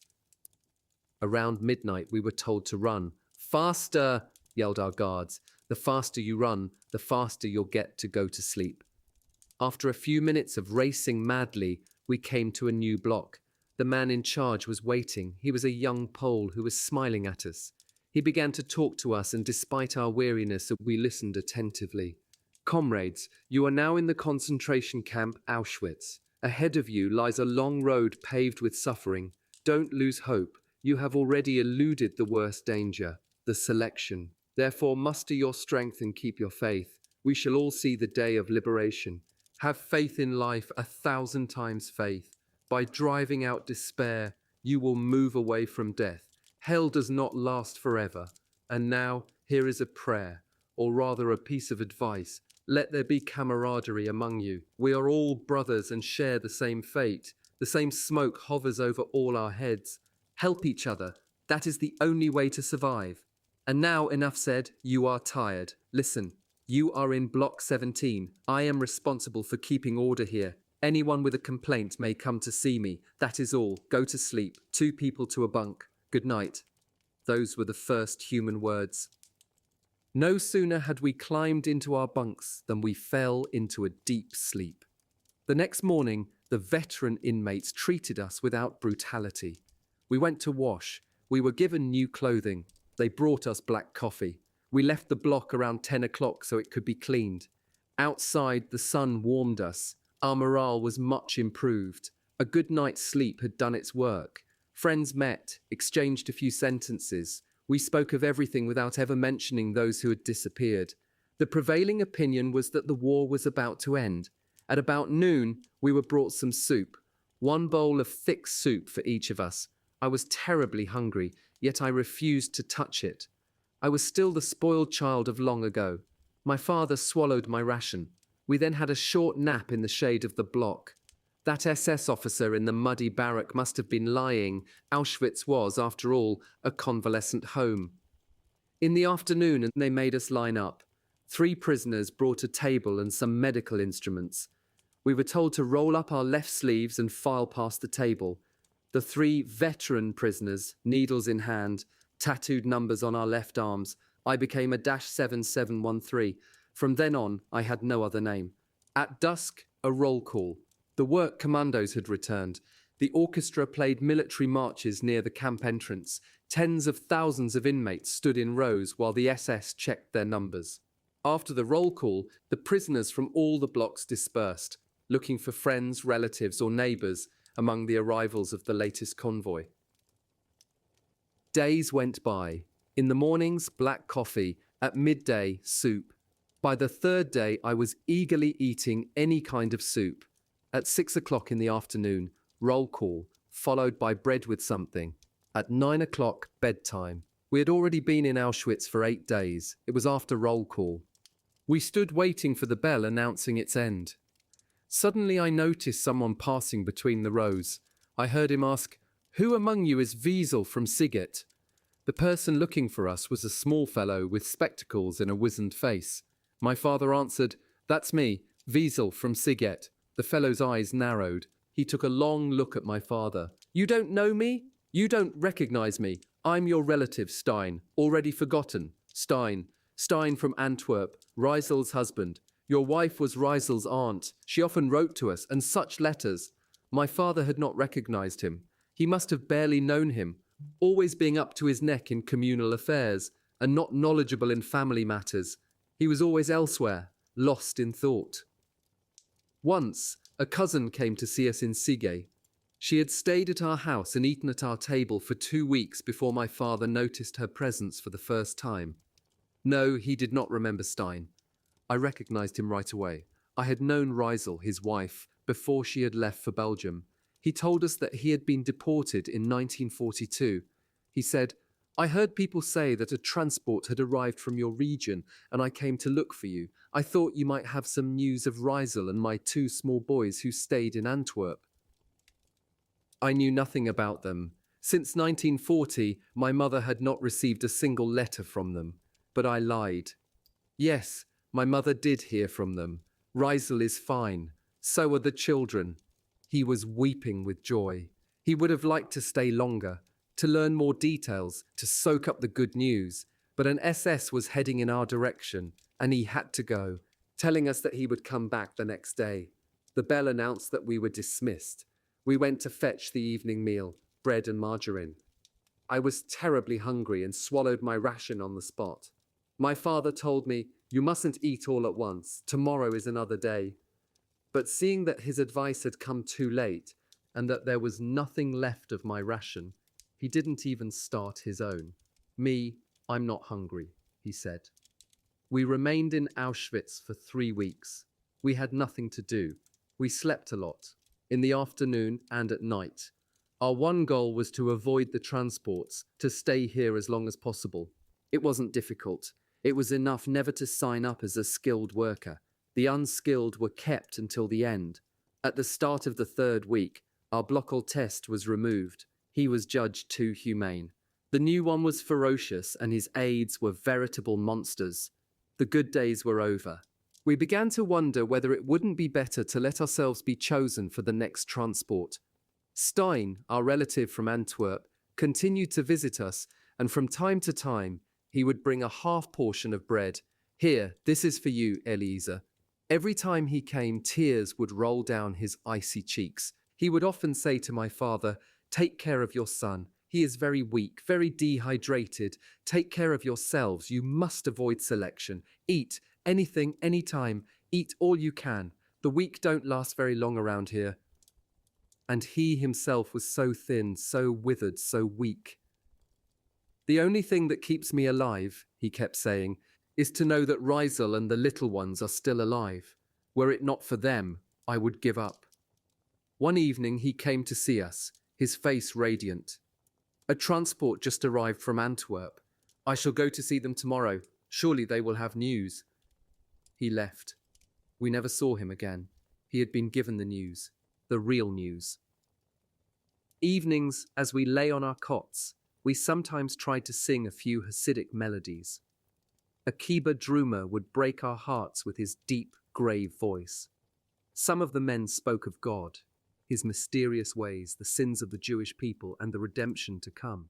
As for me, I had ceased to pray. I concurred with Job. I was not denying his existence, but I doubted his absolute justice.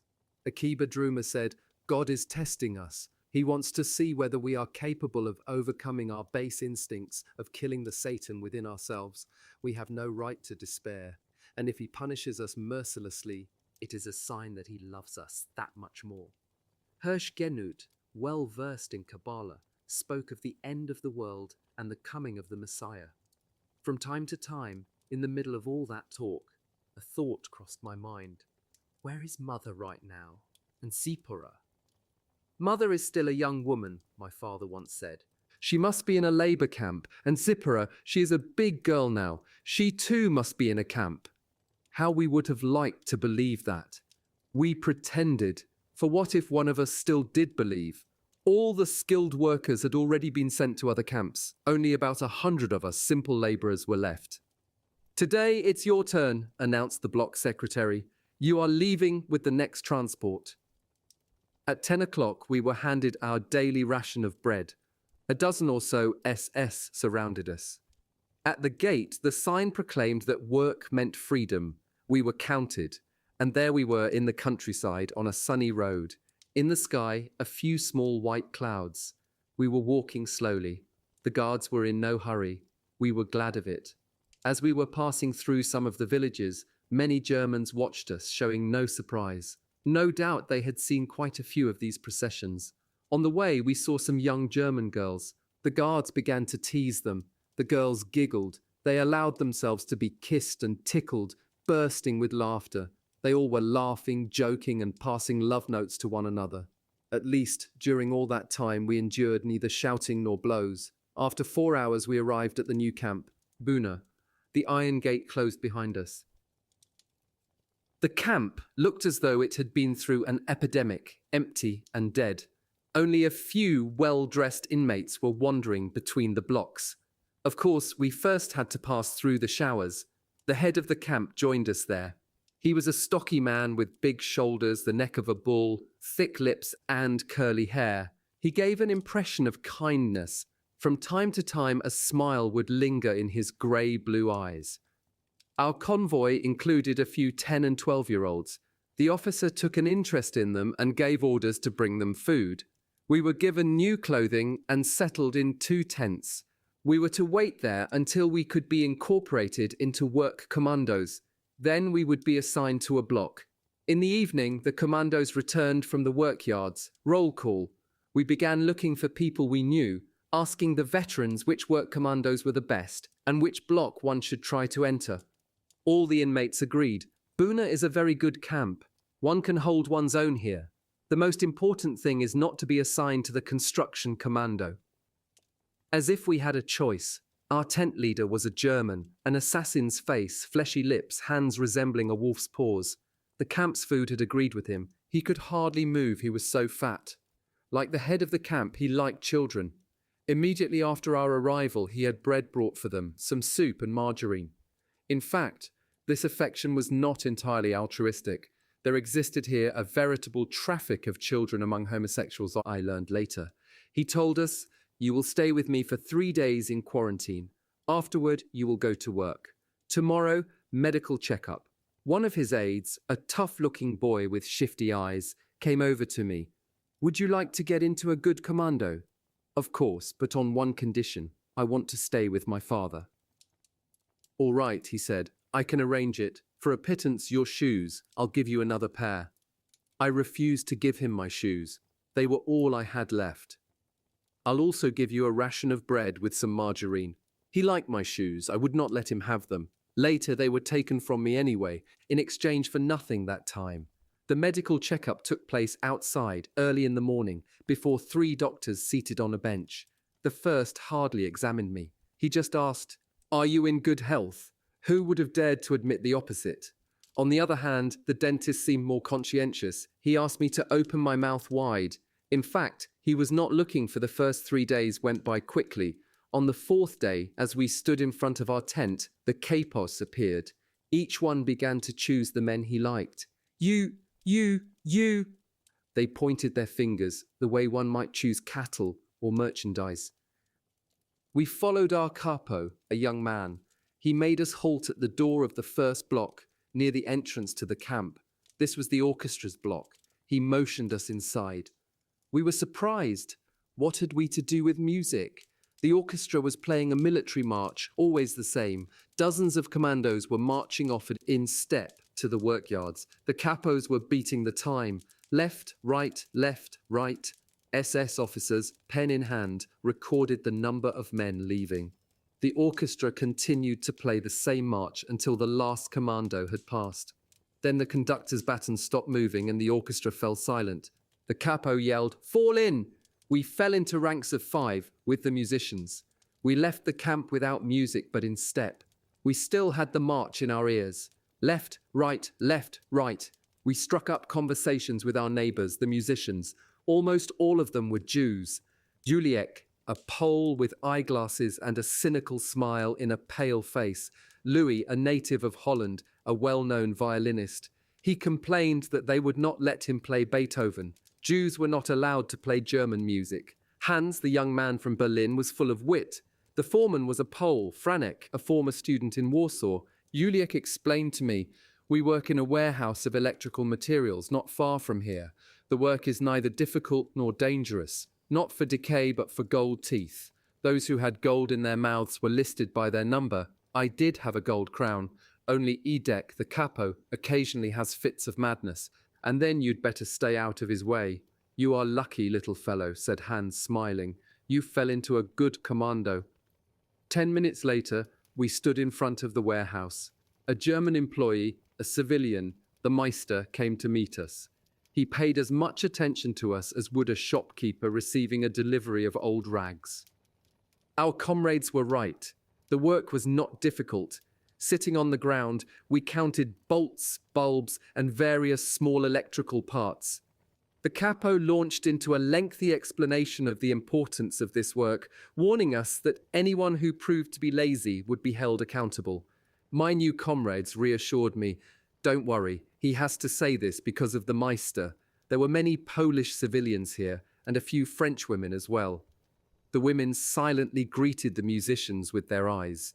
Franek, the foreman, assigned me to a corner. "Don't kill yourself, there's no hurry, but watch out. Don't let an SS catch you." "Please, sir, I'd like to be near my father." "All right, your father will work here, next to you." We were lucky. 2 boys came to join our group, Yossi and Tibi, 2 brothers from Czechoslovakia whose parents had been exterminated in Birkenau. They lived for each other, body and soul. They quickly became my friends. Having once belonged to a Zionist youth organization, they knew countless Hebrew songs, and so we would sometimes hum melodies evoking the gentle waters of the Jordan River and the majestic sanctity of Jerusalem. We also spoke often about Palestine. Their parents, like mine, had not had the courage to sell everything and emigrate while there was still time. We decided that if we were allowed to live until the liberation, we would not stay another day in Europe. We would board the first ship to Haifa.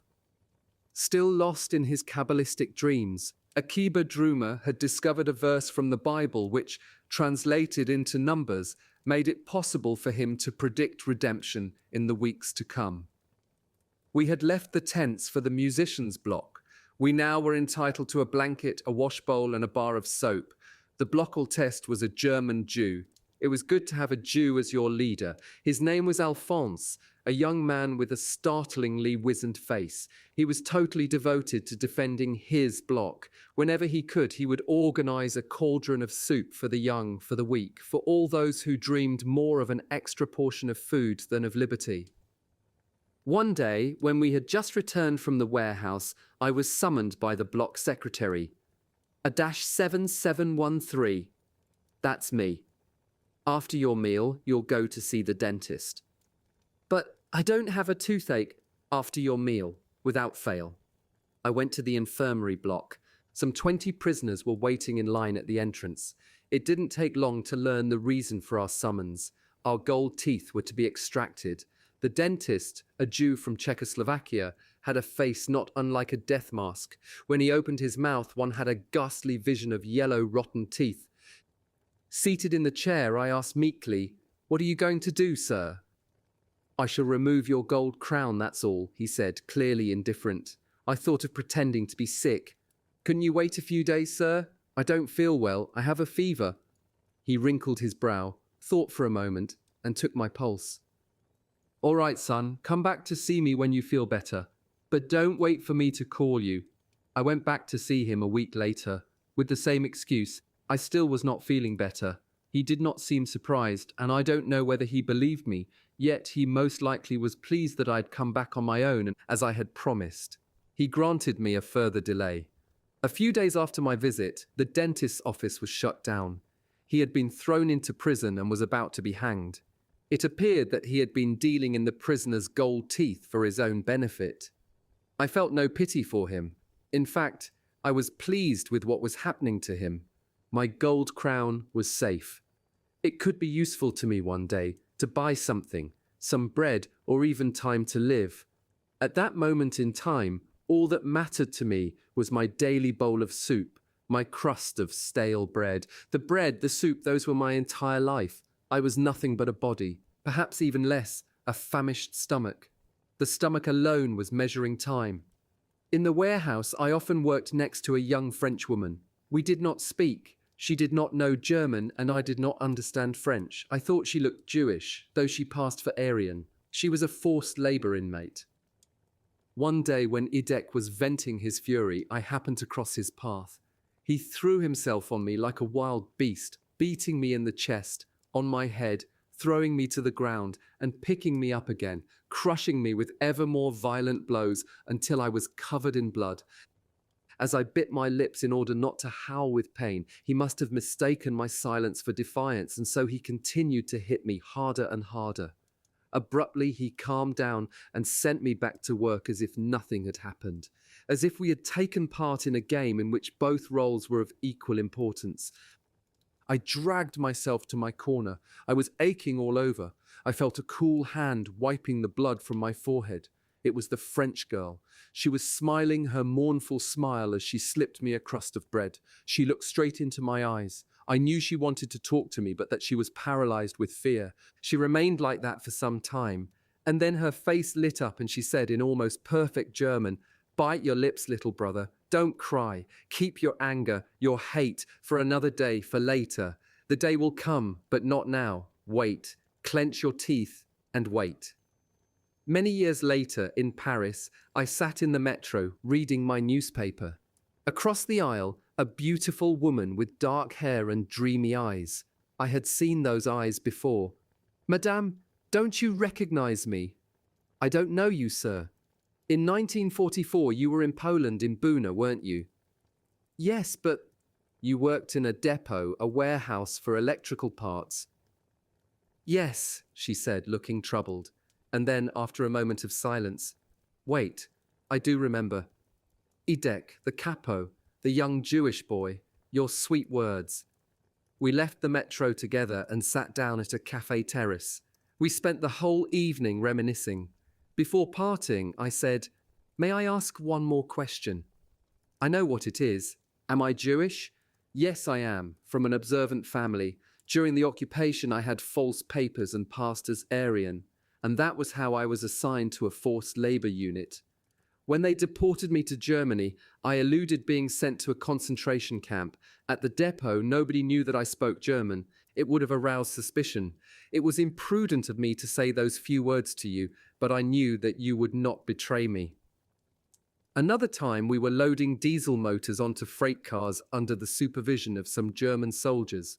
Idek was on edge. He had trouble restraining himself. Suddenly, he exploded. The victim this time was my father. "You old loafer," he started yelling. "Is this what you call working?" And he began beating him with an iron bar. At first, my father simply doubled over under the blows, but then he seemed to break in two like an old tree struck by lightning. I had watched it all happening without moving. I kept silent. In fact, I thought of stealing away in order not to suffer the blows. What's more, if I felt anger at that moment, it was not directed at the capo, but at my father. Why couldn't he have avoided Idek's wrath? That was what life in a concentration camp had made of me. Franek, the foreman, one day noticed the gold crown in my mouth. "Let me have your crown, kid." I answered that I could not, because without that crown I could no longer eat. "For what they give you to eat, kid." I found another answer. My crown had been listed in the register during the medical checkup. This could mean trouble for us both. "If you don't give me your crown, it will cost you much more." All of a sudden, this pleasant and intelligent young man had changed. His eyes were shining with greed. I told him that I needed to get my father's advice.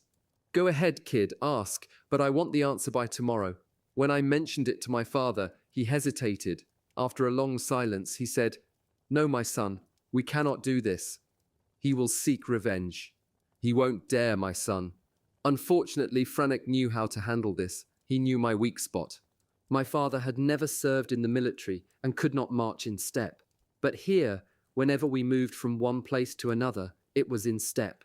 That presented Franek with the opportunity to torment him, and on a daily basis to thrash him savagely. Left, right, he punched him. Left, right, he slapped him. I decided to give my father lessons in marching in step, in keeping time. We began practicing in front of our block. I would command left, right, and my father would try. The inmates made fun of us. "Look at the little officer teaching the old man to march." "Hey, little general, how many rations of bread does the old man give you for this?" But my father did not make sufficient progress, and the blows continued to rain on him. "So, you still don't know how to march in step, you old good-for-nothing?" This went on for 2 weeks. It was untenable. We had to give in. That day, Franek burst into savage laughter. "I knew it. I knew that I would win, kid. Better late than never. And because you made me wait, it will also cost you a ration of bread. A ration of bread for one of my pals, a famous dentist from Warsaw, to pay him for pulling out your crown." "What?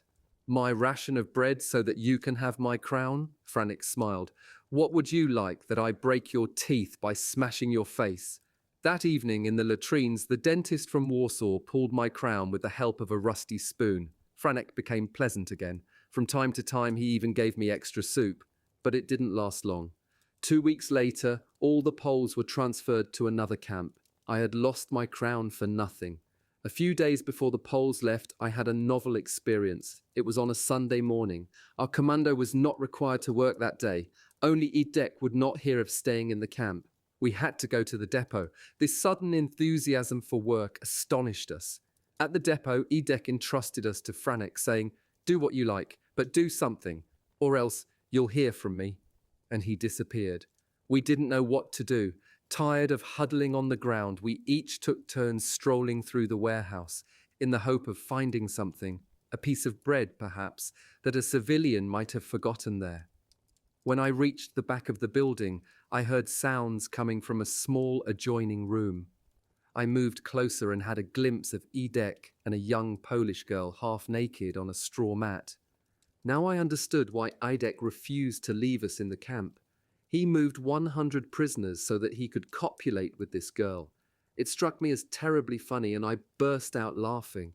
Idek jumped, turned and saw me while the girl tried to cover her breasts. I wanted to run away, but my feet were nailed to the floor. Idek grabbed me by the throat. Hissing at me, he threatened, "Just you wait, kid. You will see what it costs to leave your work. You'll pay for this later. And now go back to your place." A half hour before the usual time to stop work, the capo assembled the entire commando. Roll call. Nobody understood what was going on. A roll call at this hour. Here. Only I knew. The capo made a short speech. An ordinary inmate does not have the right to mix into other people's affairs. One of you does not seem to have understood this point. I shall therefore try to make him understand clearly, once and for all. I felt the sweat running down my back. A -7713? I stepped forward. A crate, he ordered. They brought a crate. Lie down on it. On your belly. I obeyed. I no longer felt anything except the lashes of the whip. 1, 2. He was counting. He took his time between lashes. Only the first really hurt. I heard him count 10, 11. His voice was calm and reached me as through a thick wall. 23. 2 more, I thought, half unconscious. The capo was waiting. 24, 25. It was over. I had not realized it, but I had fainted. I came to when they doused me with cold water. I was still lying on the crate. In a blur, I could see the wet ground next to me. Then I heard someone yell. It had to be the capo. I began to distinguish what he was shouting. Stand up! I must have made some movement to get up, but I felt myself fall back on the crate. How I wanted to get up. Stand up! He was yelling even more loudly. If only I could answer him. If only I could tell him that I could not move, but my mouth would not open. At Edek's command, 2 inmates lifted me and led me to him. Look me in the eye. I looked at him without seeing him. I was thinking of my father. He would be suffering more than I. Listen to me, you son of a swine, said Edek coldly. So much for your curiosity. You shall receive 5 times more if you dare tell anyone what you saw. Understood? I nodded once, 10 times endlessly, as if my head had decided to say yes for all eternity.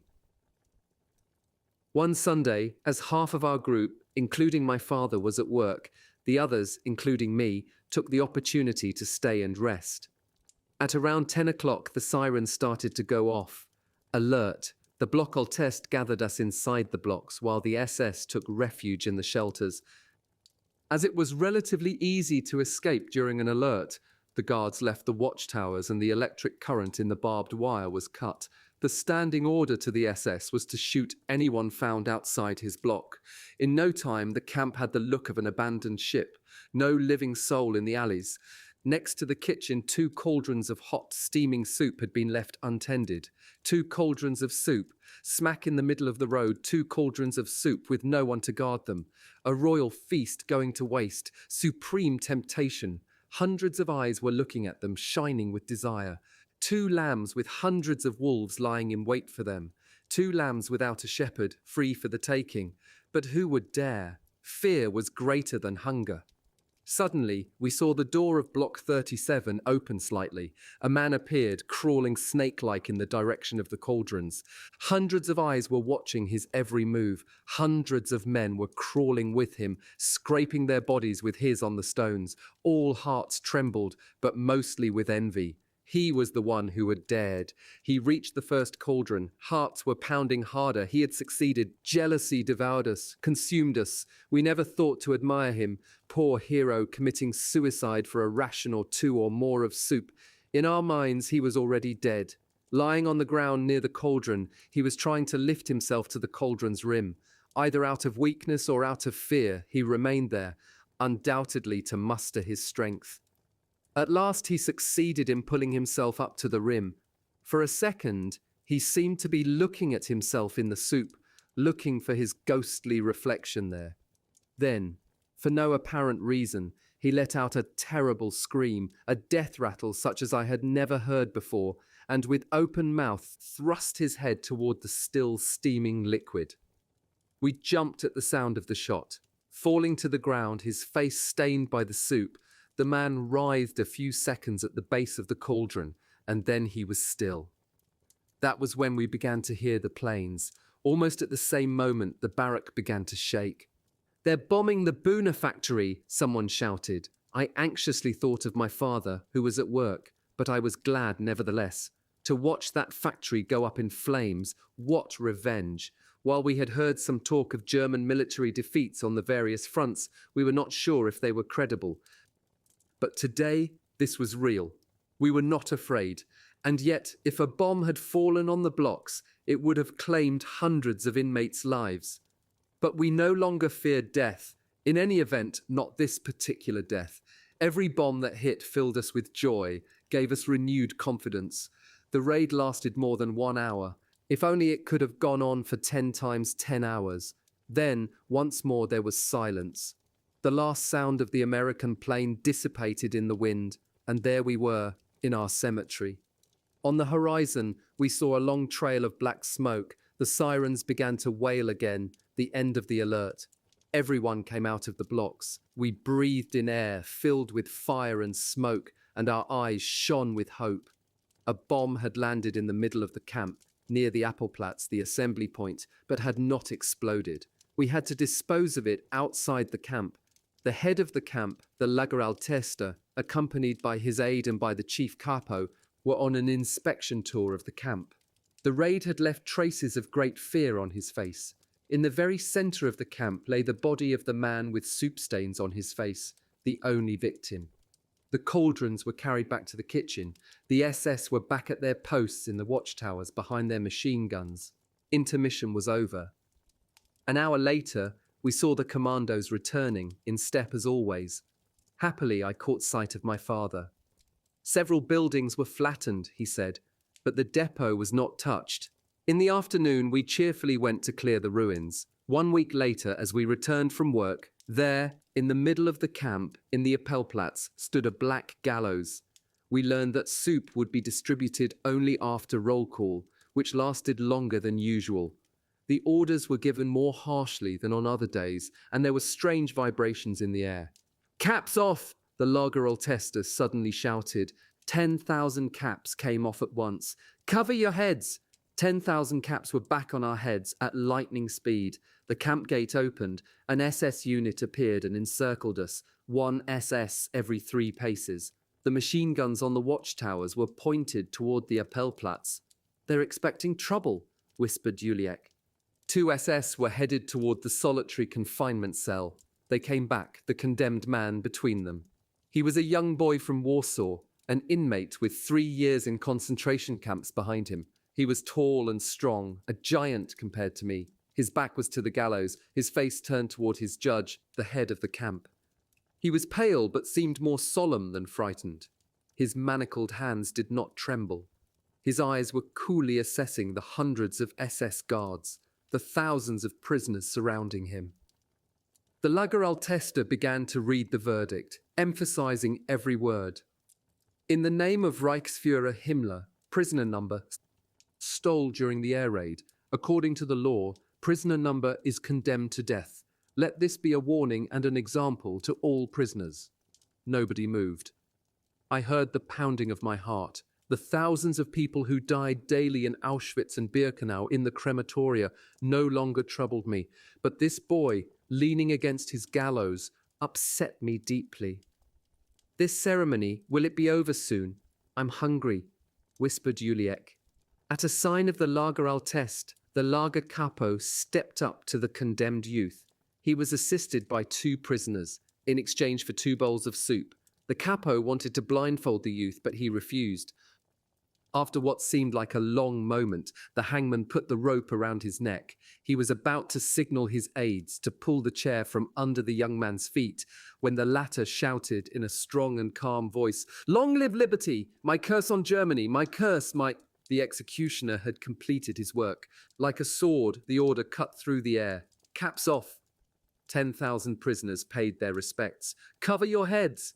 Then the entire camp, block after block, filed past the hanged boy and stared at his extinguished eyes, the tongue hanging from his gaping mouth. The capos forced everyone to look him squarely in the face. Afterward, we were given permission to go back to our block and have our meal. I remember that on that evening, the soup tasted better than ever. I watched other hangings. I never saw a single victim weep. These withered bodies had long forgotten the bitter taste of tears, except once.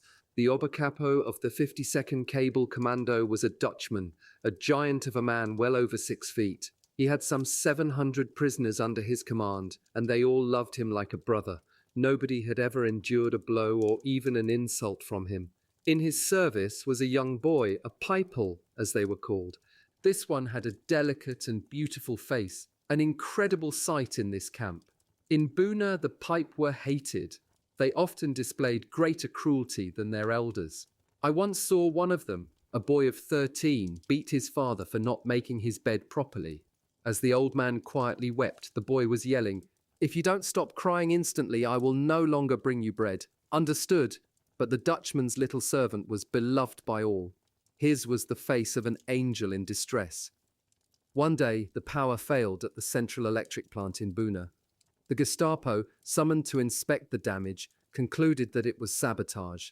They found a trail. It led to the block of the Dutch Oberkapo, and after a search, they found a significant quantity of weapons. The Oberkapo was arrested on the spot. He was tortured for weeks on end in vain. He gave no names. He was transferred to Auschwitz and never heard from again. But his young pipal remained behind in solitary confinement. He too was tortured, but he too remained silent. The SS then condemned him to death. Him and 2 other inmates who had been found to possess arms. One day as we returned from work, we saw 3 gallows, 3 black ravens erected on the Appellplatz. Roll call. The SS surrounding us, machine guns aimed at us, the usual ritual. 3 prisoners in chains, and among them the little pipal, the sad-eyed angel. The SS seemed more preoccupied, more worried than usual. To hang a child in front of thousands of onlookers was not a small matter. The head of the camp read the verdict. All eyes were on the child. He was pale, almost calm, but he was biting his lips as he stood in the shadow of the gallows. This time, the Lagerkapo refused to act as executioner. 3 SS took his place. The 3 condemned prisoners together stepped onto the chairs. In unison, the nooses were placed around their necks. "Long live liberty!" shouted the 2 men, but the boy was silent. "Where is merciful God? Where is he?" someone behind me was asking. At the signal, the 3 chairs were tipped over. Total silence in the camp.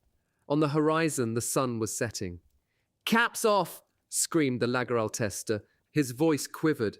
As for the rest of us, we were weeping. "Cover your heads!"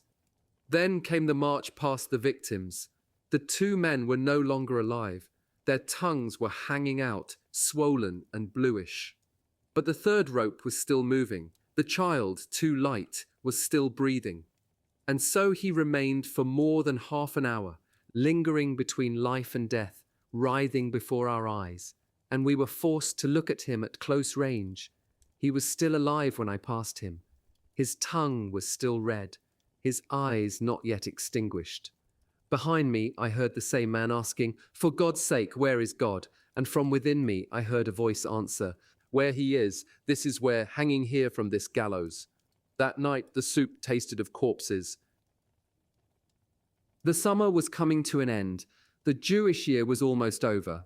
On the eve of Rosh Hashanah, the last day of that cursed year, the entire camp was agitated and every one of us felt the tension. After all, this was a day unlike all others. The last day of the year. The word last had an odd ring to it. What if it really were the last day? The evening meal was distributed, an especially thick soup, but nobody touched it. We wanted to wait until after prayer. On the Appellplatz, surrounded by electrified barbed wire, thousands of Jews, anguish on their faces, gathered in silence. Night was falling rapidly, and more prisoners kept coming from every block, suddenly able to overcome time and space, to will both into submission. "What are you, my God?" I thought angrily. "How do you compare to this stricken mass gathered to affirm to you their faith, their anger, their defiance? What does your grandeur mean, Master of the universe, in the face of all this cowardice, this decay, and this misery? Why do you go on troubling these poor people's wounded minds, their ailing bodies?" Some 10,000 men had come to participate in a solemn service, including the Blockeltest, the Kapos, all bureaucrats in the service of death. "Blessed be the Almighty." The voice of the officiating inmate had just become audible. At first I thought it was the wind. "Blessed be God's name." Thousands of lips repeated the benediction, bent over like trees in a storm. Blessed be God's name. Why? But why would I bless him? Every fibre in me rebelled. because he caused thousands of children to burn in his mass graves, because he kept 6 crematoria working day and night, including Sabbath and the holy days, because in his great might he had created Auschwitz, Birkenau, Buna, and so many other factories of death? How could I say to him, "Blessed be thou, Almighty, Master of the universe, who chose us among all nations to be tortured day and night, to watch as our fathers, our mothers, our brothers end up in the furnaces. Praised be thy holy name, for having chosen us to be slaughtered on thine altar." I listened as the inmate's voice rose. It was powerful yet broken, amid the weeping, the sobbing, the sighing of the entire congregation. All the earth and universe are God's. He kept pausing, as though he lacked the strength to uncover the meaning beneath the text. The melody was stifled in his throat, and I, the former mystic, was thinking, yes, man is stronger, greater than God. When Adam and Eve deceived you, you chased them from paradise. When you were displeased by Noah's generation, you brought down the flood. When Sodom lost your favor, you caused the heavens to rain down fire and damnation. But look at these men whom you have betrayed, allowing them to be tortured, slaughtered, gassed, and burned. What do?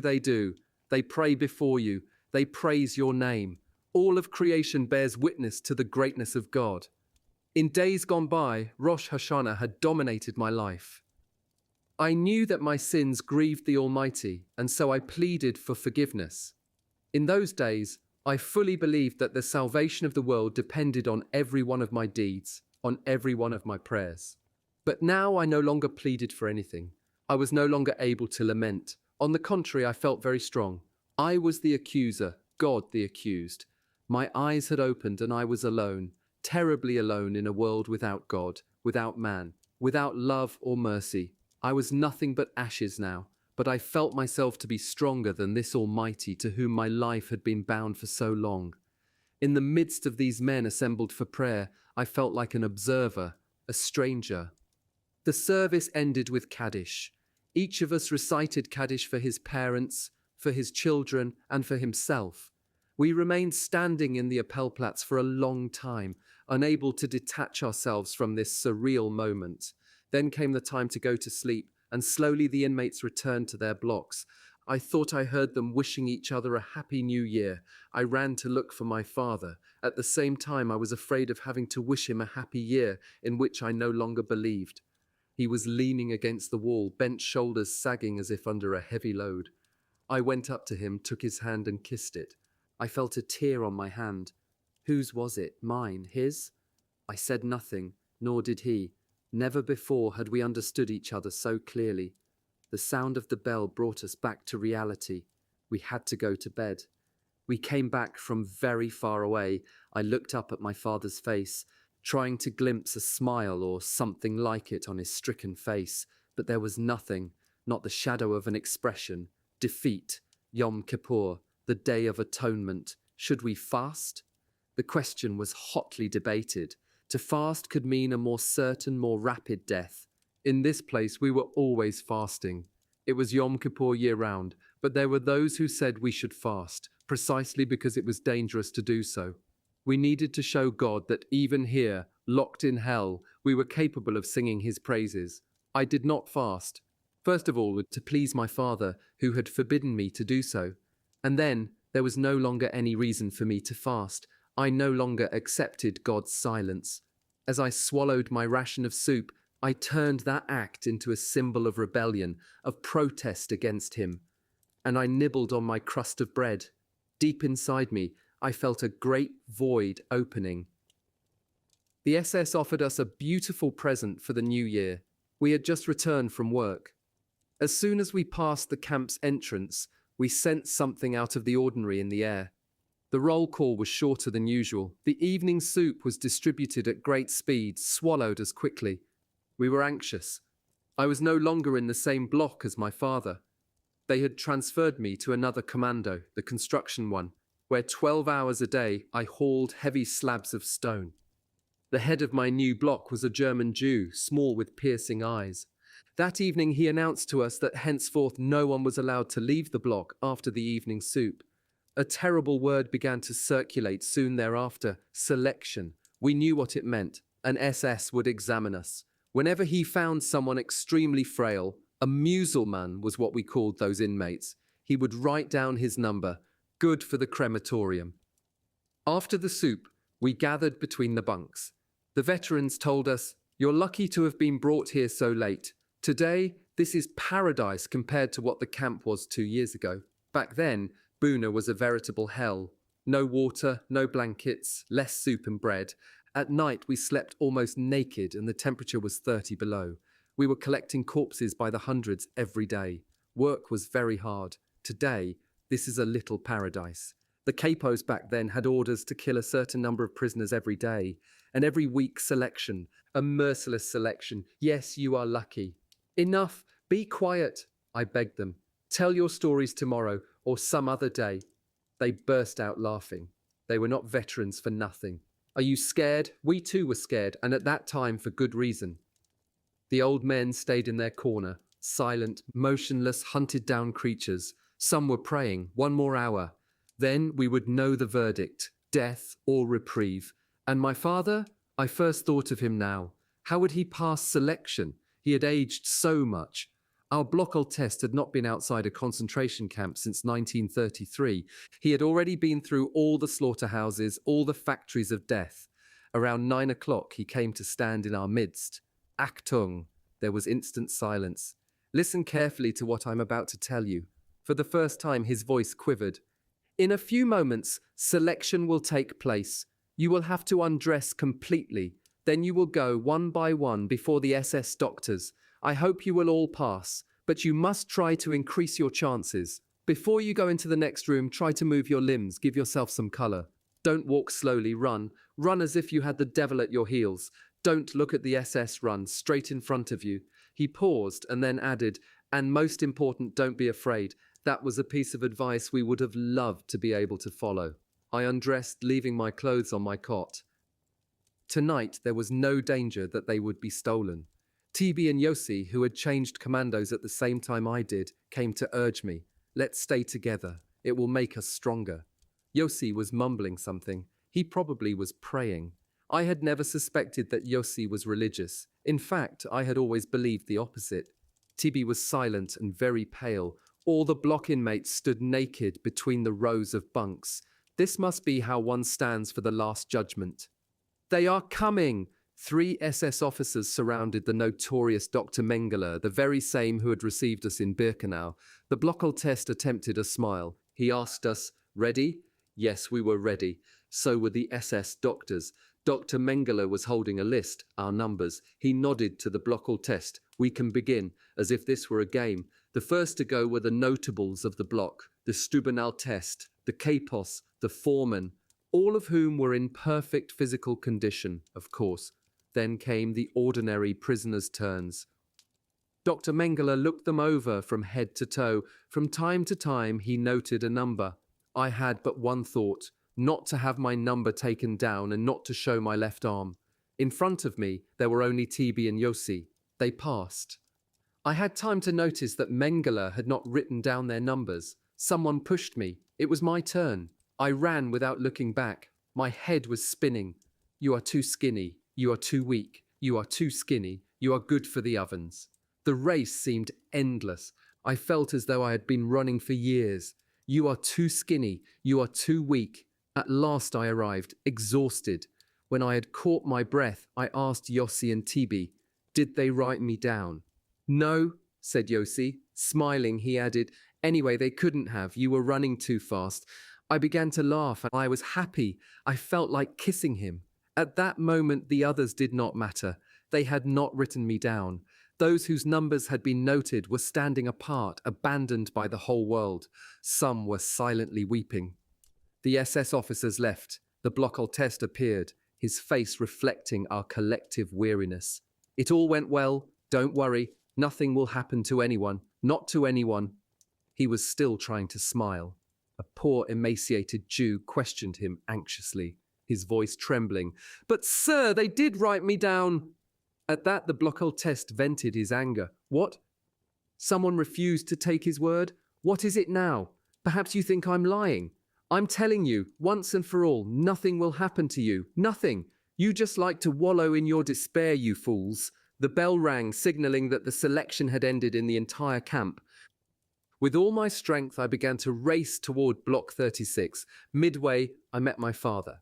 He came toward me. So, did you pass? Yes, and you? Also. We were able to breathe again. My father had a present for me. A half ration of bread, bartered for something he had found at the depot, a piece of rubber that could be used to repair a shoe. The bell. It was already time to part, to go to bed. The bell regulated everything. It gave me orders and I executed them blindly. I hated that bell. Whenever I happened to dream of a better world, I imagined a universe without a bell. A few days passed. We were no longer thinking about the selection. We went to work as usual and loaded the heavy stones onto the freight cars. The rations had grown smaller. That was the only change. We had risen at dawn as we did every day. We had received our black coffee, our ration of bread. We were about to head to the workyard as always. The Block test came running. Let's have a moment of quiet. I have here a list of numbers. I shall read them to you. All those called will not go to work this morning. They will stay in camp. Softly he read some 10 numbers. We understood. These were the numbers from the selection. Dr. Mengele had not forgotten. The Block test turned to go to his room. The 10 prisoners surrounded him, clinging to his clothes. Save us. You promised. We want to go to the depot. We are strong enough to work. We are good workers. We want. He tried to calm them, to reassure them about their fate, to explain to them that staying in the camp did not mean much, had no tragic significance. After all, I stay here every day. The argument was more than flimsy. He realized it, and without another word locked himself in his room. The bell had just rung. Form ranks. Now it no longer mattered that the work was hard. All that mattered was to be far from the block, far from the crucible of death, from the center of hell. I saw my father running in my direction. Suddenly, I was afraid. What is happening? He was out of breath, hardly able to open his mouth. Me too, me too. They told me too, to stay in the camp. They had recorded his number without his noticing. What are we going to do? I said anxiously. But it was he who tried to reassure me. It's not certain yet. There's still a chance. Today they will do another selection, a decisive one. I said nothing. He felt time was running out. He was speaking rapidly. He wanted to tell me so many things. His speech became confused. His voice was choked. He knew that I had to leave in a few moments. He was going to remain alone, so alone. Here, take this knife, he said. I won't need it anymore. You may find it useful. Also take this spoon. Don't sell it. Quickly, go ahead. Take what I'm giving you. My inheritance. Don't talk like that, Father. I was on the verge of breaking into sobs. I don't want you to say such things. Keep the spoon and knife. You will need them as much as I. We'll see each other tonight, after work. He looked at me with his tired eyes, veiled by despair. He insisted, I am asking you. Take it. Do as I ask you, my son. Time is running out. Do as your father asks you. Our capo shouted the order to march. The commando headed toward the camp gate. Left, right! I was biting my lips. My father had remained near the block, leaning against the wall. Then he began to run, to try to catch up with us. Perhaps he had forgotten to tell me something. But we were marching too fast. Left, right, we were at the gate. We were being counted. Around us, the din of military music. Then we were outside. All day, I plodded around like a sleepwalker. Tibi and Yossi would call out to me from time to time, trying to reassure me, as did the capo who had given me easier tasks that day. I felt sick at heart. How kindly they treated me, like an orphan. I thought, even now my father is helping me. I myself didn't know whether I wanted the day to go by quickly or not. I was afraid of finding myself alone that evening. How good it would be to die right here. At last, we began the return journey. How I longed for an order to run, the military march, the gate, the camp. I ran toward Block 36. Were there still miracles on this earth? He was alive. He had passed the second selection. He had still proved his usefulness. I gave him back his knife and spoon. Akiba Druma has left us, a victim of the selection. Lately, he had been wandering among us, his eyes glazed, telling everyone how weak he was. I can't go on. It's over. We tried to raise his spirits, but he wouldn't listen to anything we said. He just kept repeating that it was all over for him, that he could no longer fight, he had no more strength, no more faith. His eyes would suddenly go blank, leaving two gaping wounds, two wells of terror. He was not alone in having lost his faith during those days of selection. I knew a rabbi from a small town in Poland. He was old and bent, his lips constantly trembling. He was always praying in the block at work in the ranks. He recited entire pages from the Talmud, arguing with himself, asking and answering himself endless questions. One day he said to me, "It's over. God is no longer with us." And as though he regretted having uttered such words so coldly, so dryly, he added in his broken voice, "I know. No one has the right to say things like that. I know that very well. Man is too insignificant, too limited to even try to comprehend God's mysterious ways. But what can someone like myself do? I'm neither a sage nor a just man. I am not a saint. I'm a simple creature of flesh and bone. I suffer hell in my soul and my flesh. I also have eyes and I see what is being done here. Where is God's mercy? Where's God? How can I believe? How can anyone believe in this God of mercy? Poor Akiba Druma, if only he could have kept his faith in God. If only he could have considered this suffering a divine test. He would not have been swept away by the selection. But as soon as he felt the first chinks in his faith, he lost all incentive to fight and opened the door to death. When the selection came, he was doomed from the start, offering his neck to the executioner, as it were. All he asked of us was, "In 3 days, I'll be gone. Say Kaddish for me." We promised, in 3 days, when we would see the smoke rising from the chimney, we would think of him. We would gather 10 men and hold a special service. All his friends would say Kaddish. Then he left in the direction of the hospital. His step was almost steady, and he never looked back. An ambulance was waiting to take him to Birkenau. There followed terrible days. We received more blows than food. The work was crushing.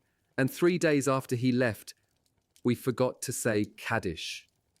Winter had arrived. The days became short and the nights almost unbearable. From the first hours of dawn, a glacial wind lashed us like a whip. We were handed winter clothing, striped shirts that were a bit heavier. The veterans grabbed the opportunity for further sniggering. "Now you'll really get a taste of camp." We went off to work as usual, our bodies frozen. The stones were so cold that touching them, we felt that our hands would remain stuck. But we got used to that too. Christmas and New Year's we did not work. We were treated to a slightly less transparent soup. Around the middle of January, my right foot began to swell from the cold. I could not stand on it. I went to the infirmary. The doctor, a great Jewish doctor, a prisoner like ourselves, was categorical. "We have to operate. If we wait, the toes and perhaps the leg will have to be amputated." That was all I needed, but I had no choice. The doctor had decided to operate, and there could be no discussion. In fact, I was rather glad that the decision had been his. They put me in a bed with white sheets. I had forgotten that people slept in sheets. Actually, being in the infirmary was not bad at all. We were entitled to good bread, a thicker soup, no more bell, no more roll call, no more work. From time to time, I was able to send a piece of bread to my father. Next to me lay a Hungarian Jew suffering from dysentery. He was skin and bones. His eyes were dead. I could just hear his voice, the only indication that he was alive. Where did he get the strength to speak? "Don't rejoice too soon, son. Here too there is selection. In fact, more often than outside. Germany has no need of sick Jews. Germany has no need of me. When the next transport arrives, you'll have a new neighbor. Therefore, listen to me. Leave the infirmary before the next selection." These words, coming from the grave, as it were, from a faceless shape, filled me with terror. True, the infirmary was very small, and if new patients were to arrive, room would have to be made. But then perhaps my faceless neighbor, afraid of being among the first displaced, simply wanted to get rid of me, to free my bed, to give himself a chance to survive. Perhaps he only wanted to frighten me. But then again, what if he was telling the truth? I decided to wait and see. The doctor came to tell me that he would operate the next day. Don't be afraid, he said. Everything will be all right. At 10 o'clock in the morning, and I was taken to the operating room. My doctor was there. That reassured me. I felt that in his presence, nothing serious could happen to me. Every one of his words was healing, and every glance of his carried a message of hope. It will hurt a little, he said, but it will pass. Be brave. Every one of his words was healing, and every glance of his carried a message of hope. It will hurt a little, he said, but it will pass. Be brave. The operation lasted 1 hour. They did not put me to sleep. I did not take my eyes off my doctor. Then I felt myself sink. When I came to and opened my eyes, I first saw nothing but a huge expanse of white, my sheets. Then I saw my doctor's face above me. Everything went well. You have spunk, my boy.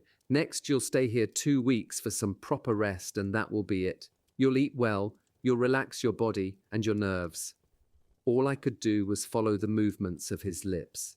I barely understood what he was telling me, but the inflection of his voice soothed me. Suddenly I broke into a cold sweat. I couldn't feel my leg. Had they amputated it? Doctor, I stammered. Doctor. What is it, son? I didn't have the courage to ask him. Doctor, I'm thirsty. He had water brought to me. He was smiling. He was ready to walk out to see other patients. Doctor? Yes? Will I be able to use my leg? He stopped smiling. I became very frightened. He said, Listen, son, do you trust me? Very much, doctor. Then listen well. In 2 weeks you'll be fully recovered. You'll be able to walk like the others. The sole of your foot was full of pus. I just had to open the sac. Your leg was not amputated. You'll see, in 2 weeks you'll be walking around like everybody else. All I had to do was wait 2 weeks.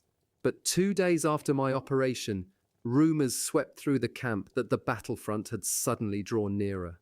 The Red Army was racing toward Buna. It was only a matter of hours. We were quite used to this kind of rumor. It wasn't the first time that false prophets announced to us peace in the world, the Red Cross negotiating our liberation, or other fables, and often we would believe them. It was like an injection of morphine. Only this time these prophecies seemed more founded. During the last nights we had heard the cannons in the distance. My faceless neighbor spoke up. Don't be deluded. Hitler has made it clear that he will annihilate all Jews before the clock strikes 12. I exploded. What do you care what he said? Would you want us to consider him a prophet? His cold eyes stared at me. At last, he said wearily, I have more faith in Hitler than in anyone else. He alone has kept his promises, all his promises, to the Jewish people. That afternoon at 4 o'clock, as usual, the bell called all the Blockholtest for their daily report. They came back shattered. They had difficulty opening their mouths. All they could utter was one word, evacuation. The camp was going to be emptied, and we would be sent to the rear. Where to? Somewhere in deepest Germany. To other camps, there was no shortage of them. When?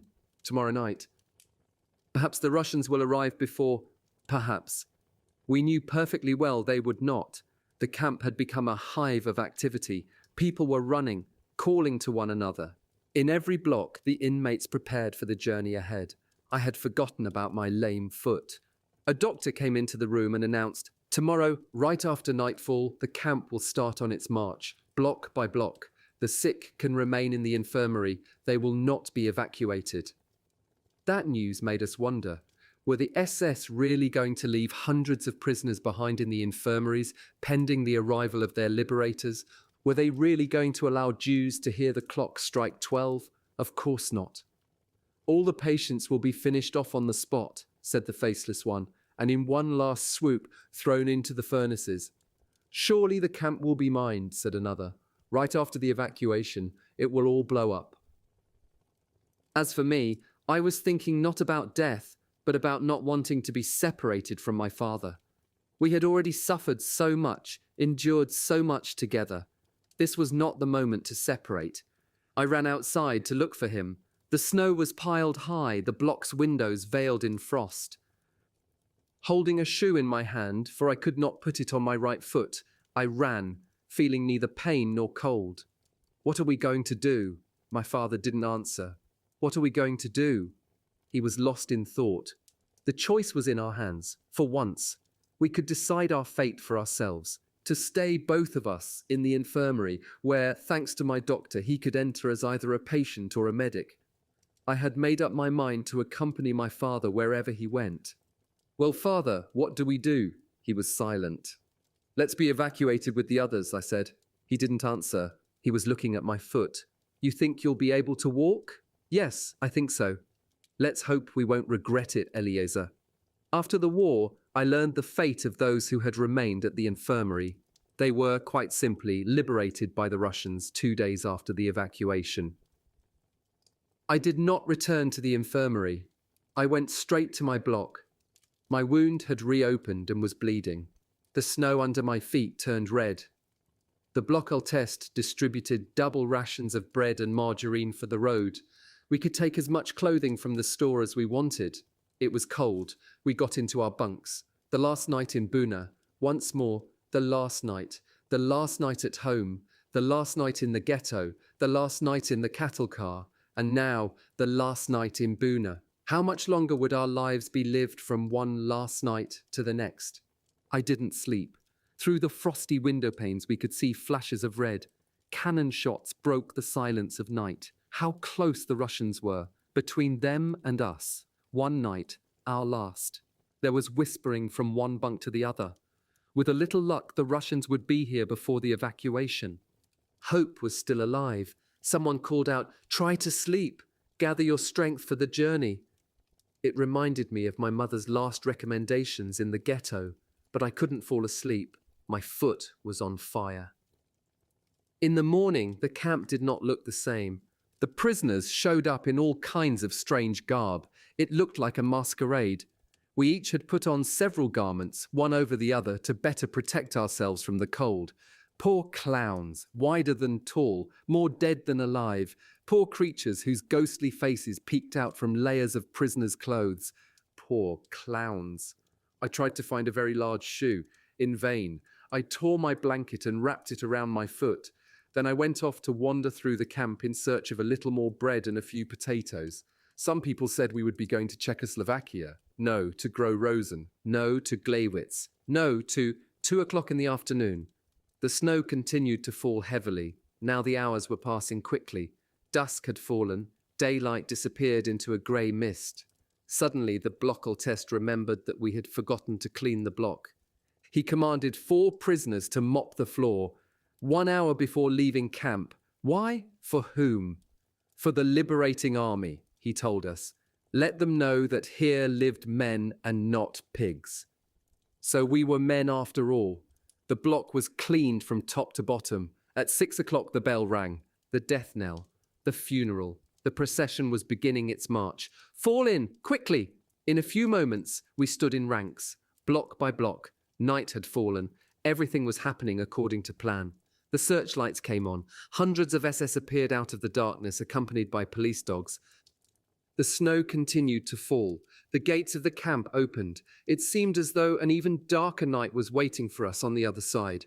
The first blocks began to march. We waited. We had to await the exodus of the 56 blocks that preceded us. It was very cold. In my pocket, I had 2 pieces of bread.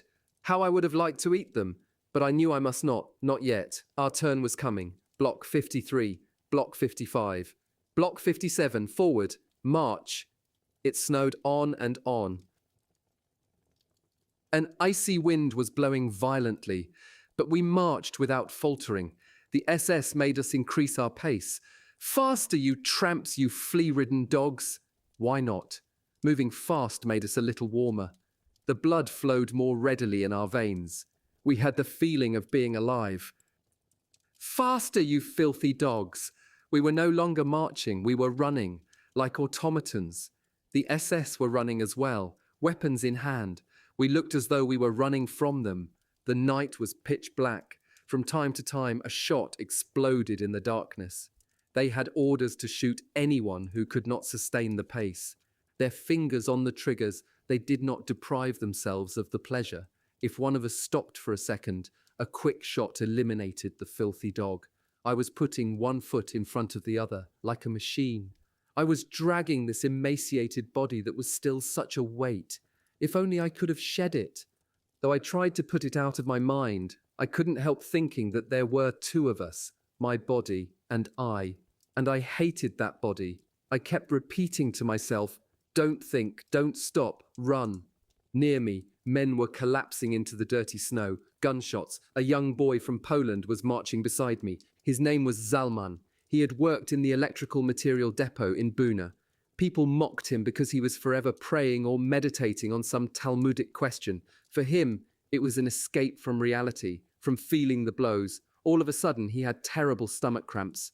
My stomach aches, he whispered to me. He couldn't go on. He had to stop a moment. I begged him, wait a little, Zalman. Soon we will all come to a halt. We cannot run like this to the end of the world. But while running, he began to undo his buttons and yelled to me, I can't go on. My stomach is bursting. Make an effort, Zalman. Try. I can't go on, he groaned. He lowered his pants and fell to the ground. That is the image I have of him.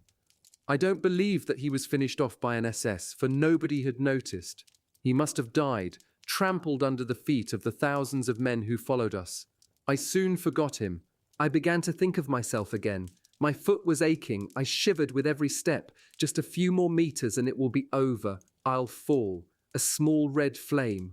A shot. Death enveloped me. It suffocated me. It stuck to me like glue. I felt I could touch it. The idea of dying, of ceasing to be, began to fascinate me. To no longer exist, to no longer feel the excruciating pain of my foot, to no longer feel anything, neither fatigue nor cold, nothing, to break rank, to let myself slide to the side of the road. My father's presence was the only thing that stopped me. He was running next to me, out of breath, out of strength, desperate. I had no right to let myself die. What would he do without me? I was his sole support. These thoughts were going through my mind as I continued to run, not feeling my numb foot, not even realizing that I was still running, that I still owned a body that galloped down the road among thousands of others. When I became conscious of myself again, I tried to slow my pace somewhat, but there was no way. These human waves were rolling forward and would have crushed me like an ant. By now, I moved like a sleepwalker. I sometimes closed my eyes and it was like running while asleep. Now and then, someone kicked me violently from behind and I would wake up. The man in back of me was screaming, "Run faster! If you don't want to move, let us pass you."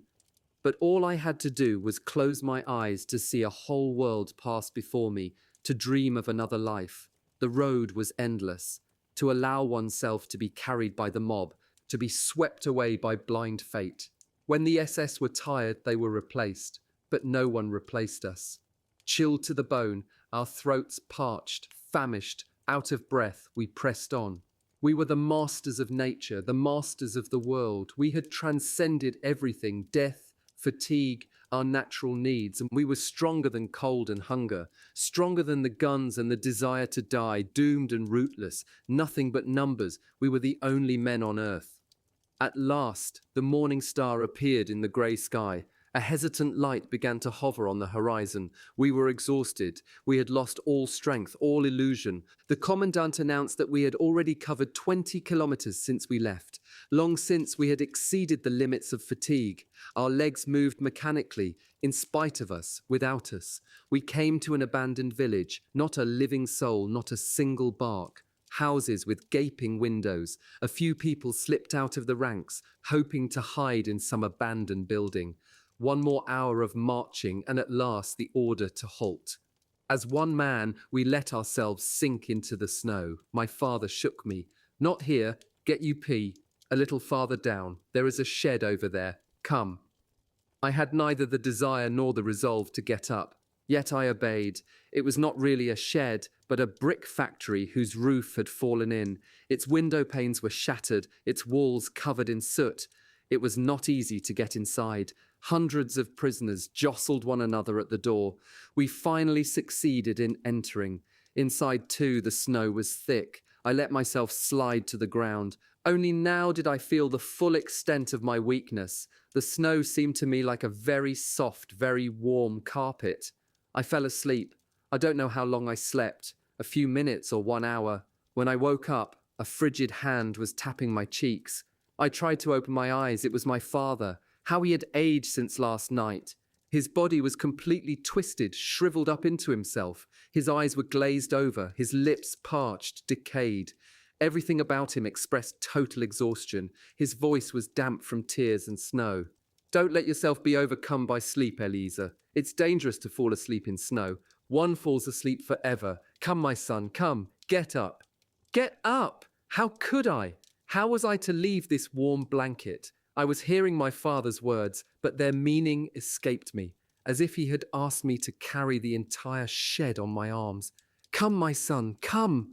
I got up with clenched teeth. Holding on to me with one arm, he led me outside. It was not easy. It was as difficult to go out as to come in. Beneath our feet there lay men, crushed, trampled underfoot, dying. Nobody paid attention to them. We were outside. The icy wind whipped my face. I was constantly biting my lips so that they wouldn't freeze. All around me, what appeared to be a dance of death. My head was reeling. I was walking through a cemetery. Among the stiffened corpses, there were logs of wood. Not a sound of distress, not a plaintive cry. Nothing but mass agony and silence. Nobody asked anyone for help. One died because one had to. No point in making trouble. I saw myself in every stiffened corpse. Soon I wouldn't even be seeing them anymore. I would be one of them. A matter of hours. Come, father, let's go back to the shed. He didn't answer. He was not even looking at the dead. Come, father, it's better there. You'll be able to lie down. We'll take turns. I'll watch over you and you'll watch over me. We won't let each other fall asleep. We'll look after each other. He accepted. After trampling over many bodies and corpses, we succeeded in getting inside. We let ourselves fall to the ground. Don't worry, son. Go to sleep. I'll watch over you. You first, father. Sleep. He refused. I stretched out and tried to sleep, to doze a little, but in vain. God knows what I would have given to be able to sleep a few moments, but deep inside, I knew that to sleep meant to die. And something in me rebelled against that death. Death which was settling in all around me, silently, gently. It would seize upon a sleeping person, steal into him and devour him bit by bit. Next to me, someone was trying to awaken his neighbor, his brother perhaps, or his comrade. In vain. Defeated, he lay down too, next to the corpse, and also fell asleep. Who would wake him up? Reaching out with my arm, I touched him. Wake up. One mustn't fall asleep here. He half opened his eyes. No advice, he said, his voice a whisper. I'm exhausted. Mind your business. Leave me alone. My father too was gently dozing. I couldn't see his eyes. His cap was covering his face. Wake up, I whispered in his ear. He awoke with a start. He sat up, bewildered, stunned, like an orphan. He looked all around him, taking it all in, as if he had suddenly decided to make an inventory of his universe, to determine where he was and how and why he was there. Then he smiled. I shall always remember that smile. What world did it come from? Heavy snow continued to fall over the corpses. The door of the shed opened. An old man appeared. His mustache was covered with ice. His lips were blue. It was Rabbi Eliyahu, who had headed a small congregation in Poland. A very kind man, beloved by everyone in the camp, even by the kapos and the blockhaltest. Despite the ordeals and deprivations, his face continued to radiate his innocence. He was the only rabbi whom nobody ever failed to address as rabbi in Buna. He looked like one of those prophets of old, always in the midst of his people when they needed to be consoled. And strangely, his words never provoked anyone. They did bring peace. As he entered the shed, his eyes, brighter than ever, seemed to be searching for someone. Perhaps someone here has seen my son. He had lost his son in the commotion. He had searched for him among the dying, to no avail. Then he had dug through the snow to find his body. In vain. For 3 years they had stayed close to one another. Side by side they had endured the suffering, the blows. They had waited for their ration of bread and they had prayed. 3 years from camp to camp, from selection to selection. And now, when the end seemed near, fate had separated them. When he came near me, Rabbi Eliyahu whispered, "It happened on the road. We lost sight of one another during the journey. I fell behind a little at the rear of the column. I didn't have the strength to run anymore, and my son didn't notice. That's all I know. Where has he disappeared? Where can I find him? Perhaps you've seen him somewhere." "No, Rabbi Eliyahu, I haven't seen him." And so he left, as he had come, a shadow swept away by the wind. He had already gone through the door when I remembered that I had noticed his son running beside me. I had forgotten and so had not mentioned it to Rabbi Eliyahu. But then I remembered something else. His son had seen him losing ground, sliding back to the rear of the column. He had seen him, and he had continued to run in front, letting the distance between them become greater. A terrible thought crossed my mind. What if he had wanted to be rid of his father? He had felt his father growing weaker and believing that the end was near, had thought by this separation to free himself of a burden that could diminish his own chance for survival. It was good that I had forgotten all that, and I was glad that Rabbi Eliyahu continued to search for his beloved son. And in spite of myself, a prayer formed inside me, a prayer to this God in whom I no longer believed. "O God, Master of the universe, give me the strength never to do what Rabbi Eliyahu's son has done." There was shouting outside in the courtyard. Night had fallen, and the SS were ordering us to form ranks. We started to march once more. The dead remained in the yard, under the snow, without even a marker, like fallen guards. No one recited Kaddish over them. Sons abandoned the remains of their fathers without a tear. On the road it snowed and snowed, it snowed endlessly. We were marching more slowly. Even the guards seemed tired. My wounded foot no longer hurt, probably frozen. I felt I had lost that foot. It had become detached from me like a wheel fallen off a car. Never mind, I had to accept the fact I would have to live with only one leg. The important thing was not to dwell on it, especially now. Leave those thoughts for later. Our column had lost all appearance of discipline. Everyone walked as he wished, as he could. No more gunshots. Our guards surely were tired, but death hardly needed their help. The cold was conscientiously doing its work. At every step, somebody fell down and ceased to suffer. From time to time, SS officers on motorcycles drove the length of the column to shake off the growing apathy. "Hold on, we're almost there. Courage, just a few more hours. We're arriving in Gleiwitz." These words of encouragement, even coming as they did from the mouths of our assassins, were of great help. Nobody wanted to give up now, just before the end, so close to our destination. Our eyes searched the horizon for the barbed wire of Gleiwitz. Our only wish was to arrive there quickly. By now it was night. It had stopped snowing. We marched a few more hours before we arrived. We saw the camp only when we stood right in front of its gate. The capos quickly settled us into the barrack. There was shoving and jostling as if this were the ultimate haven, the gateway to life. People trod over numbed bodies, trampled wounded faces. There were no cries, only a few moans. My father and I were thrown to the ground by this rolling tide. From beneath me came a desperate cry. "You're crushing me! Have mercy!" The voice was familiar. "You're crushing me! Mercy! Have mercy!" The same faint voice, the same cry I had heard somewhere before. This voice had spoken to me one day. When? Years ago. No, it must have been in the camp. Mercy!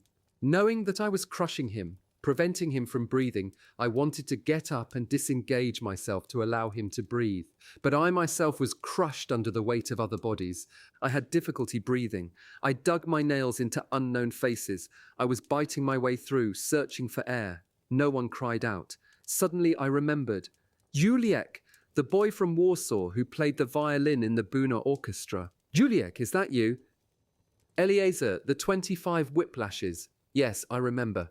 He fell silent. A long moment went by. Juliek, can you hear me, Juliek? Yes, he said feebly. What do you want? He was not dead. Are you all right, Juliek? I asked, less to know his answer than to hear him speak, to know he was alive.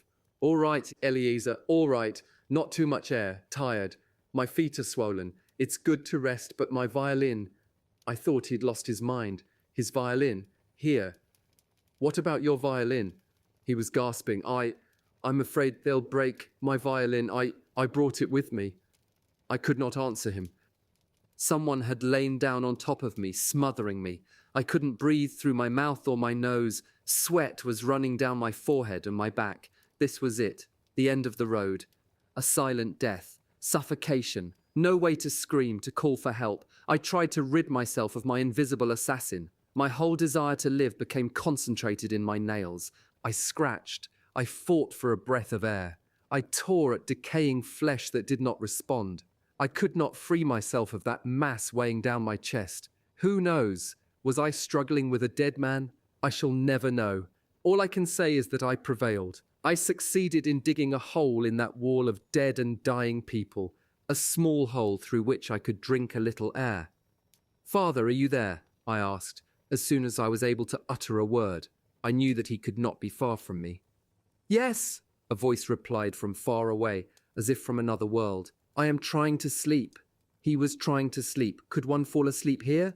Wasn't it dangerous to lower one's guard even for a moment when death could strike at any time?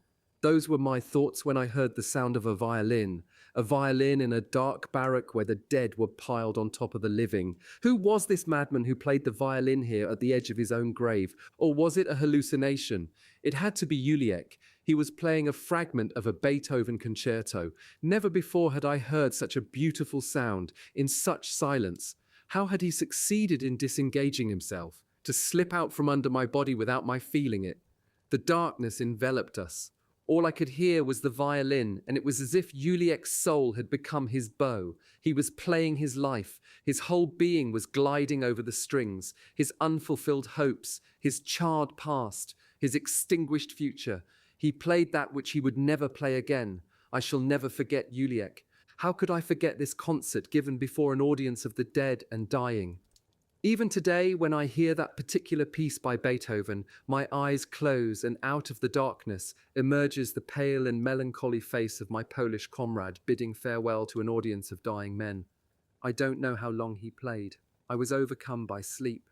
When I awoke at daybreak, I saw Juliek facing me, hunched over, dead.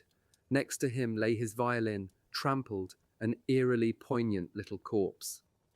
We stayed in Gleiwitz for 3 days. Days without food or water. We were forbidden to leave the barrack. The door was guarded by the SS. I was hungry and thirsty. I must have been very dirty and disheveled, to judge by what the others looked like. The bread we had brought from Buna had been devoured long since, and who knew when we would be given another ration? The front followed us. We could again hear the cannons very close by, but we no longer had the strength or the courage to think that the Germans would run out of time, that the Russians would reach us before we could be evacuated. We learned that we would be moved to the center of Germany. On the 3rd day, at dawn, we were driven out of the barrack. We threw blankets over our shoulders like prayer shawls. We were directed to a gate that divided the camp in two. A group of SS officers stood waiting.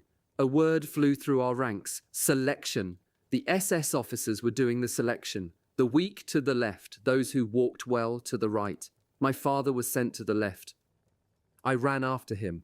An SS officer shouted at my back, "Come back!"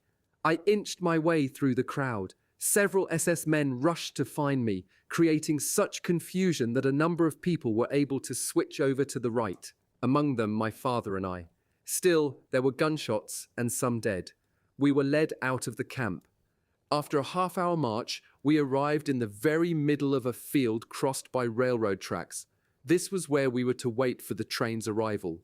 Snow was falling heavily. We were forbidden to sit down or to move. A thick layer of snow was accumulating on our blankets. We were given bread, the usual ration. We threw ourselves on it. Someone had the idea of quenching his thirst by eating snow. Soon, we were all imitating him. As we were not permitted to bend down, we took out our spoons and ate the snow off our neighbours' backs. A mouthful of bread and a spoonful of snow. The SS men who were watching were greatly amused by the spectacle. The hours went by. Our eyes were tired from staring at the horizon, waiting for the liberating train to appear. It arrived only very late that evening. An infinitely long train composed of roofless cattle cars. The SS shoved us inside on 100 per car. We were so skinny. When everybody was on board, the convoy left. Pressed tightly against one another in an effort to resist the cold, our heads empty and heavy, our brains a whirlwind of decaying memories, our minds numb with indifference. Here or elsewhere, what did it matter? Die today or tomorrow or later. The night was growing longer, never ending. When at last a greyish light appeared on the horizon, it revealed a tangle of human shapes, heads sunk deeply between the shoulders, crouching, piled one on top of the other, like a cemetery covered with snow. In the early dawn light, I tried to distinguish between the living and those who were no more, but there was barely a difference. My gaze remained fixed on someone who, eyes wide open, stared into space. His colourless face was covered with a layer of frost and snow. My father had huddled near me, draped in his blanket, shoulders laden with snow. And what if he were dead as well? I called out to him. No response. I would have screamed if I could have. He was not moving. Suddenly, the evidence overwhelmed me. There was no longer any reason to live, any reason to fight. The train stopped in an empty field. The abrupt halt had wakened a few sleepers. They stood, looking around, startled. Outside, the SS walked by, shouting, "Throw out all the dead! Outside all the corpses!" The living were glad. They would have more room. Volunteers began the task. They touched those who had remained on the ground. "Here's one! Take him!" The volunteers undressed him and eagerly shared his garments. Then 2 gravediggers grabbed him by the head and feet and threw him from the wagon like a sack of flour. There was shouting all around. "Come on, here's another. My neighbor, he's not moving." I woke from my apathy only when 2 men approached my father. I threw myself on his body. He was cold. I slapped him. I rubbed his hands, crying, "Father, Father, wake up. They're going to throw you outside." His body remained inert. The 2 gravediggers had grabbed me by the neck.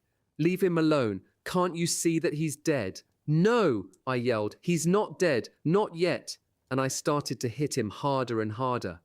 At last, my father half opened his eyes. They were glassy. He was breathing faintly. "You see?" I cried. The 2 men went away. 20 corpses were thrown from our wagon. Then the train resumed its journey, leaving in its wake in a snowy field in Poland hundreds of naked orphans without a tomb. We received no food. We lived on snow. It took the place of bread. The days resembled the nights, and the nights left in our souls the dregs of their darkness. The train rolled slowly, often halted for a few hours, and continued. It never stopped snowing. We remained lying on the floor for days and nights, one on top of the other, never uttering a word. We were nothing but frozen bodies. Our eyes closed, we merely waited for the next stop to unload our dead. There followed days and nights of travelling. Occasionally, we would pass through German towns, usually very early in the morning. German labourers were going to work. They would stop and look at us without surprise. One day, when we had come to a stop, a worker took a piece of bread out of his bag and threw it into a wagon. There was a stampede. Dozens of starving men fought desperately over a few crumbs. The worker watched the spectacle with great interest. Years later, I witnessed a similar spectacle in Aden. Our ship's passengers amused themselves by throwing coins to the natives, who dove to retrieve them. An elegant Parisian lady took great pleasure in this game. When I noticed 2 children desperately fighting in the water, one trying to strangle the other, I implored the lady, "Please don't throw any more coins." "Why not?" said she. "I like to give charity." In the wagon where the bread had landed, a battle had ensued. Men were hurling themselves against each other, trampling, tearing at and mauling each other. Beasts of prey unleashed animal hate in their eyes. An extraordinary vitality possessed them, sharpening their teeth and nails. A crowd of workmen and curious passers-by had formed all along the train. They had undoubtedly never seen a train with this kind of cargo. Soon pieces of bread were falling into the wagons from all sides, and the spectators observed these emaciated creatures ready to kill for a crust of bread. A piece fell into our wagon. I decided not to move. Anyway, I knew that I would not be strong enough to fight off dozens of violent men. I saw, not far from me, an old man dragging himself on all fours. He had just detached himself from the struggling mob. He was holding one hand to his heart. At first, I thought he had received a blow to his chest. Then I understood. He was hiding a piece of bread under his shirt. With lightning speed, he pulled it out and put it to his mouth. His eyes lit up, a smile, like a grimace, illuminated his ashen face, and was immediately extinguished. A shadow had lain down beside him, and this shadow threw itself over him. Stunned by the blows, the old man was crying, "Meir, my little Meir, don't you recognize me?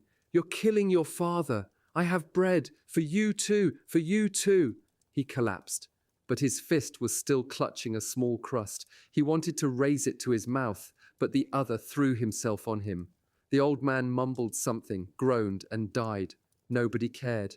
His son searched him, took the crust of bread, and began to devour it. He didn't get far. 2 men had been watching him. They jumped him. Others joined in. When they withdrew, there were 2 dead bodies next to me, the father and the son. I was 16. In our wagon, there was a friend of my father's, Meir Katz. He had worked as a gardener in Buna, and from time to time had brought us some green vegetables. Less undernourished than the rest of us, detention had been easier on him. Because he was stronger than most of us, he had been put in charge of our wagon. On the 3rd night of our journey, I woke up with a start when I felt 2 hands on my throat trying to strangle me. I barely had time to call out, "Father!" Just that one word. I was suffocating, but my father had awakened and grabbed my aggressor.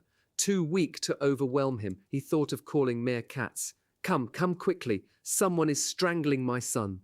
In a few moments I was freed. I never did find out why this stranger had wanted to strangle me. But days later, Meir Katz told my father, "Shlomo, I am getting weak. My strength is gone. I won't make it." "Don't give in," my father tried to encourage him. "You must resist. Don't lose faith in yourself." But Meir Katz only groaned in response. "I can't go on, Shlomo. I can't help it. I can't go on." My father took his arm, and Meir Katz, the strong one, the sturdiest of us all, began to cry. His son had been taken from him during the first selection, but only now was he crying for him. Only now did he fall apart. He could not go on. He had reached the end. On the last day of our journey, a terrible wind began to blow, and the snow kept falling. We sensed that the end was near, the real end. We could not hold out long in this glacial wind, this storm. Somebody got up and yelled, "We must not remain sitting. We shall freeze to death. Let's get up and move." We all got up. We all pulled our soaked blankets tighter around our shoulders, and we tried to take a few steps, to shuffle back and forth in place. Suddenly, a cry rose in the wagon, the cry of a wounded animal. Someone had just died. Others, close to death, imitated his cry, and their cries seemed to come from beyond the grave. Soon everybody was crying, groaning, moaning, cries of distress hurled into the wind and the snow. The lament spread from wagon to wagon. It was contagious, and now hundreds of cries rose at once, the death rattle of an entire convoy with the end approaching. All boundaries had been crossed. Nobody had any strength left, and the night seemed endless. Meir Katz was moaning, "Why don't they just shoot us now?" That same night we reached our destination. It was late. The guards came to unload us. The dead were left in the wagons. Only those who could stand could leave. Meir Katz remained on the train. The last day had been the most lethal. We had been 100 or so in this wagon. 12 of us left it, among them my father and myself. We had arrived in Buchenwald. At the entrance to the camp, SS officers were waiting for us. We were counted. Then we were directed to the Appelplatz. The orders were given over the loudspeakers. Form ranks of 5s, groups of 100, 5 steps forward. I tightened my grip on my father's hand, the old familiar fear not to lose him. Very close to us stood the tall chimney of the crematorium's furnace. It no longer impressed us. It barely drew our attention. A veteran of Buchenwald told us that we would be taking a shower and afterward be sent to different blocks. The idea of a hot shower fascinated me. My father didn't say a word. He was breathing heavily beside me. "Father," I said, "just another moment. Soon we'll be able to lie down. You'll be able to rest." He didn't answer. I myself was so weary that his silence left me indifferent. My only wish was to take the shower as soon as possible and lie down on a cot. Only it wasn't easy to reach the showers. Hundreds of prisoners crowded the area. The guards seemed unable to restore order. They were lashing out left and right to no avail. Some prisoners who didn't have the strength to jostle us or even to stand sat down in the snow. My father wanted to do the same. He was moaning, "I can't anymore. It's over. I shall die right here." He dragged me toward a pile of snow from which protruded human shapes, torn blankets. "Leave me," he said. I can't go on anymore. Have pity on me. I wait here until we can go into the showers. You'll come and get me." I could have screamed in anger. To have lived and endured so much. Was I going to let my father die now? Now that we would be able to take a good hot shower and lie down? "Father!" I howled. "Father, get up, right now! You will kill yourself!" And I grabbed his arm. He continued to moan. "Don't yell, my son. Have pity on your old father. Let me rest here. A little. I beg of you. I'm so tired. No more strength." He had become childlike, weak, frightened, vulnerable. "Father," I said, "you cannot stay here." I pointed to the corpses around him. They too had wanted to rest here. "I see, my son. I do see them. Let them sleep. They haven't closed an eye for so long. They're exhausted. Exhausted." His voice was tender. I howled into the wind. "They're dead. They will never wake up. Never. Do you understand?" This discussion continued for some time. I knew that I was no longer arguing with him, but with death itself, with death that he had already chosen. The sirens began to wail. Alert. The lights went out in the entire camp. The guards chased us toward the blocks. In a flash, there was no one left outside. We were only too glad not to have to stay outside any longer, in the freezing wind. We let ourselves sink into the floor. The cauldrons at the entrance found no takers. There were several tiers of bunks. To sleep was all that mattered. When I woke up, it was daylight. That is when I remembered that I had a father. During the alert, I had followed the mob, not taking care of him. I knew he was running out of strength, close to death, and yet I had abandoned him. I went to look for him. Yet at the same time, a thought crept into my mind. If only I didn't find him. If only I were relieved of this responsibility, I could use all my strength to fight for my own survival, to take care only of myself. Instantly, I felt ashamed of myself forever. I walked for hours without finding him. Then I came to a block where they were distributing black coffee. People stood in line, quarreled. A plaintive voice came from behind me. "Eliezer, my son, bring me a little coffee." I ran toward him. "Father, I've been looking for you for so long. Where were you? Did you sleep? How are you feeling?" He seemed to be burning with fever. I fought my way to the coffee cauldron like a wild beast, and I succeeded in bringing back a cup. I took one gulp. The rest was for him. I shall never forget the gratitude that shone in his eyes when he swallowed this beverage. The gratitude of a wounded animal. With these few mouthfuls of hot water, I had probably given him more satisfaction than during my entire childhood. He was lying on the boards, ashen, his lips pale and dry, shivering. I couldn't stay with him any longer. We had been ordered to go outside to allow for cleaning of the blocks. Only the sick could remain inside. We stayed outside for 5 hours. We were given soup. When they allowed us to return to the blocks, I rushed toward my father. "Did you eat?" "Number?" "Why?" They didn't give us anything. They said that we were sick, that we would die soon, and that it would be a waste of food.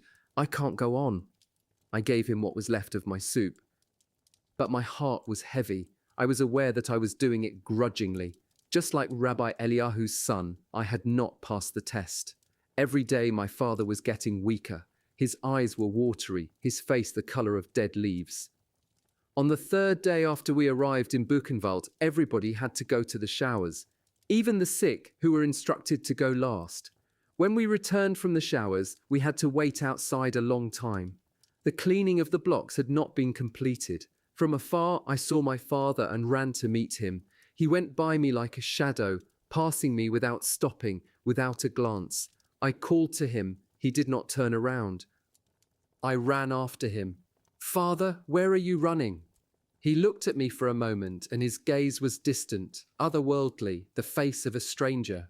It lasted only a moment, and then he ran away. Suffering from dysentery, My father was prostrate on his cot with another 5 sick inmates nearby. I sat next to him, watching him. I no longer dared to believe that he could still elude death. I did all I could to give him hope. All of a sudden, he sat up and placed his feverish lips against my ear. "Eliezer, I must tell you where I buried the gold and silver, in the cellar, you know." And he began talking, faster and faster, afraid of running out of time before he could tell me everything. I tried to tell him that it was not over yet, that we would be going home together, but he no longer wanted to listen to me. He could no longer listen to me. He was worn out. Saliva mixed with blood was trickling from his lips. He had closed his eyes. He was gasping more than breathing. For a ration of bread, I was able to exchange cots to be next to my father. When the doctor arrived in the afternoon, I went to tell him that my father was very ill. "Bring him here." I explained that he could not stand up, but the doctor would not listen. And so, with great difficulty, I brought my father to him. He stared at him, then asked curtly, "What do you want?" "My father is sick," I answered in his place. "Dysentery." "That's not my business. I'm a surgeon. Go on, make room for the others." My protests were in vain. "I can't go on, my son. Take me back to my bunk." I took him back and helped him lie down. He was shivering. "Try to get some sleep, father. Try to fall asleep." His breathing was labored. His eyes were closed. But I was convinced that he was seeing everything, that he was seeing the truth in all things. Another doctor came to the block. My father refused to get up. He knew that it would be of no use. In fact, that doctor had come only to finish off the patients. I listened to him shouting at them that they were lazy, good-for-nothings who only wanted to stay in bed. I considered jumping him, strangling him, but I had neither the courage nor the strength. I was riveted to my father's agony. My hands were aching. I was clenching them so hard. To strangle the doctor and the others, to set the whole world on fire, my father's murderers, but even the cry stuck in my throat. On my return from the bread distribution, I found my father crying like a child. "My son, they are beating me." "Who?" I thought he was delirious. "Him, the Frenchman, and the Pole. They beat me." One more stab to the heart, one more reason to hate, one less reason to live. "Eliezer, Eliezer, tell them not to beat me. I haven't done anything. Why are they beating me?" I began to insult his neighbors. They mocked me.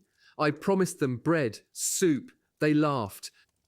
Then they got angry. They could not stand my father any longer, they said, because he no longer was able to drag himself outside to relieve himself. The following day, he complained that they had taken his ration of bread. "While you were asleep." "Number, I wasn't asleep, but they threw themselves on me. They snatched it from me, my bread, and they beat me. Again, I can't go on, my son. Give me some water." I knew that he must not drink, but he pleaded with me so long that I gave in. Water was the worst poison for him, but what else could I do for him? With or without water, it would be over soon anyway. "You at least have pity on me." Have pity on him. I, his only son. A week went by like that. "Is this your father?" asked the Blockaltest. "Yes. He is very sick." "The doctor won't do anything for him." He looked me straight in the eye. "The doctor cannot do anything more for him, and neither can you." He placed his big, hairy hand on my shoulder and added, "Listen to me, kid. Don't forget that you are in a concentration camp. In this place, it is every man for himself, and you cannot think of others, not even your father. In this place, there is no such thing as father, brother, friend. Each of us lives and dies alone. Let me give you good advice. Stop giving your ration of bread and soup to your old father. You cannot help him anymore, and you are hurting yourself. In fact, you should be getting his rations." I listened to him without interrupting. He was right, I thought deep down, not daring to admit it to myself. Too late to save your old father. You could have 2 rations of bread, 2 rations of soup. It was only a fraction of a second, but it left me feeling guilty. I ran to get some soup and brought it to my father, but he did not want it. All he wanted was water. "Don't drink water. Eat the soup." "I'm burning up. Why are you so mean to me, my son?" "Water." I brought him water. Then I left the block for roll call, but I quickly turned back. I lay down on the upper bunk. The sick were allowed to stay in the block, so I would be sick. I didn't want to leave my father. All around me there was silence now, broken only by moaning. In front of the block, the SS were giving orders. An officer passed between the bunks. My father was pleading, "My son, water, I'm burning up, my insides." "Silence over there," barked the officer. "Elie Wiesel," continued my father. "Water?"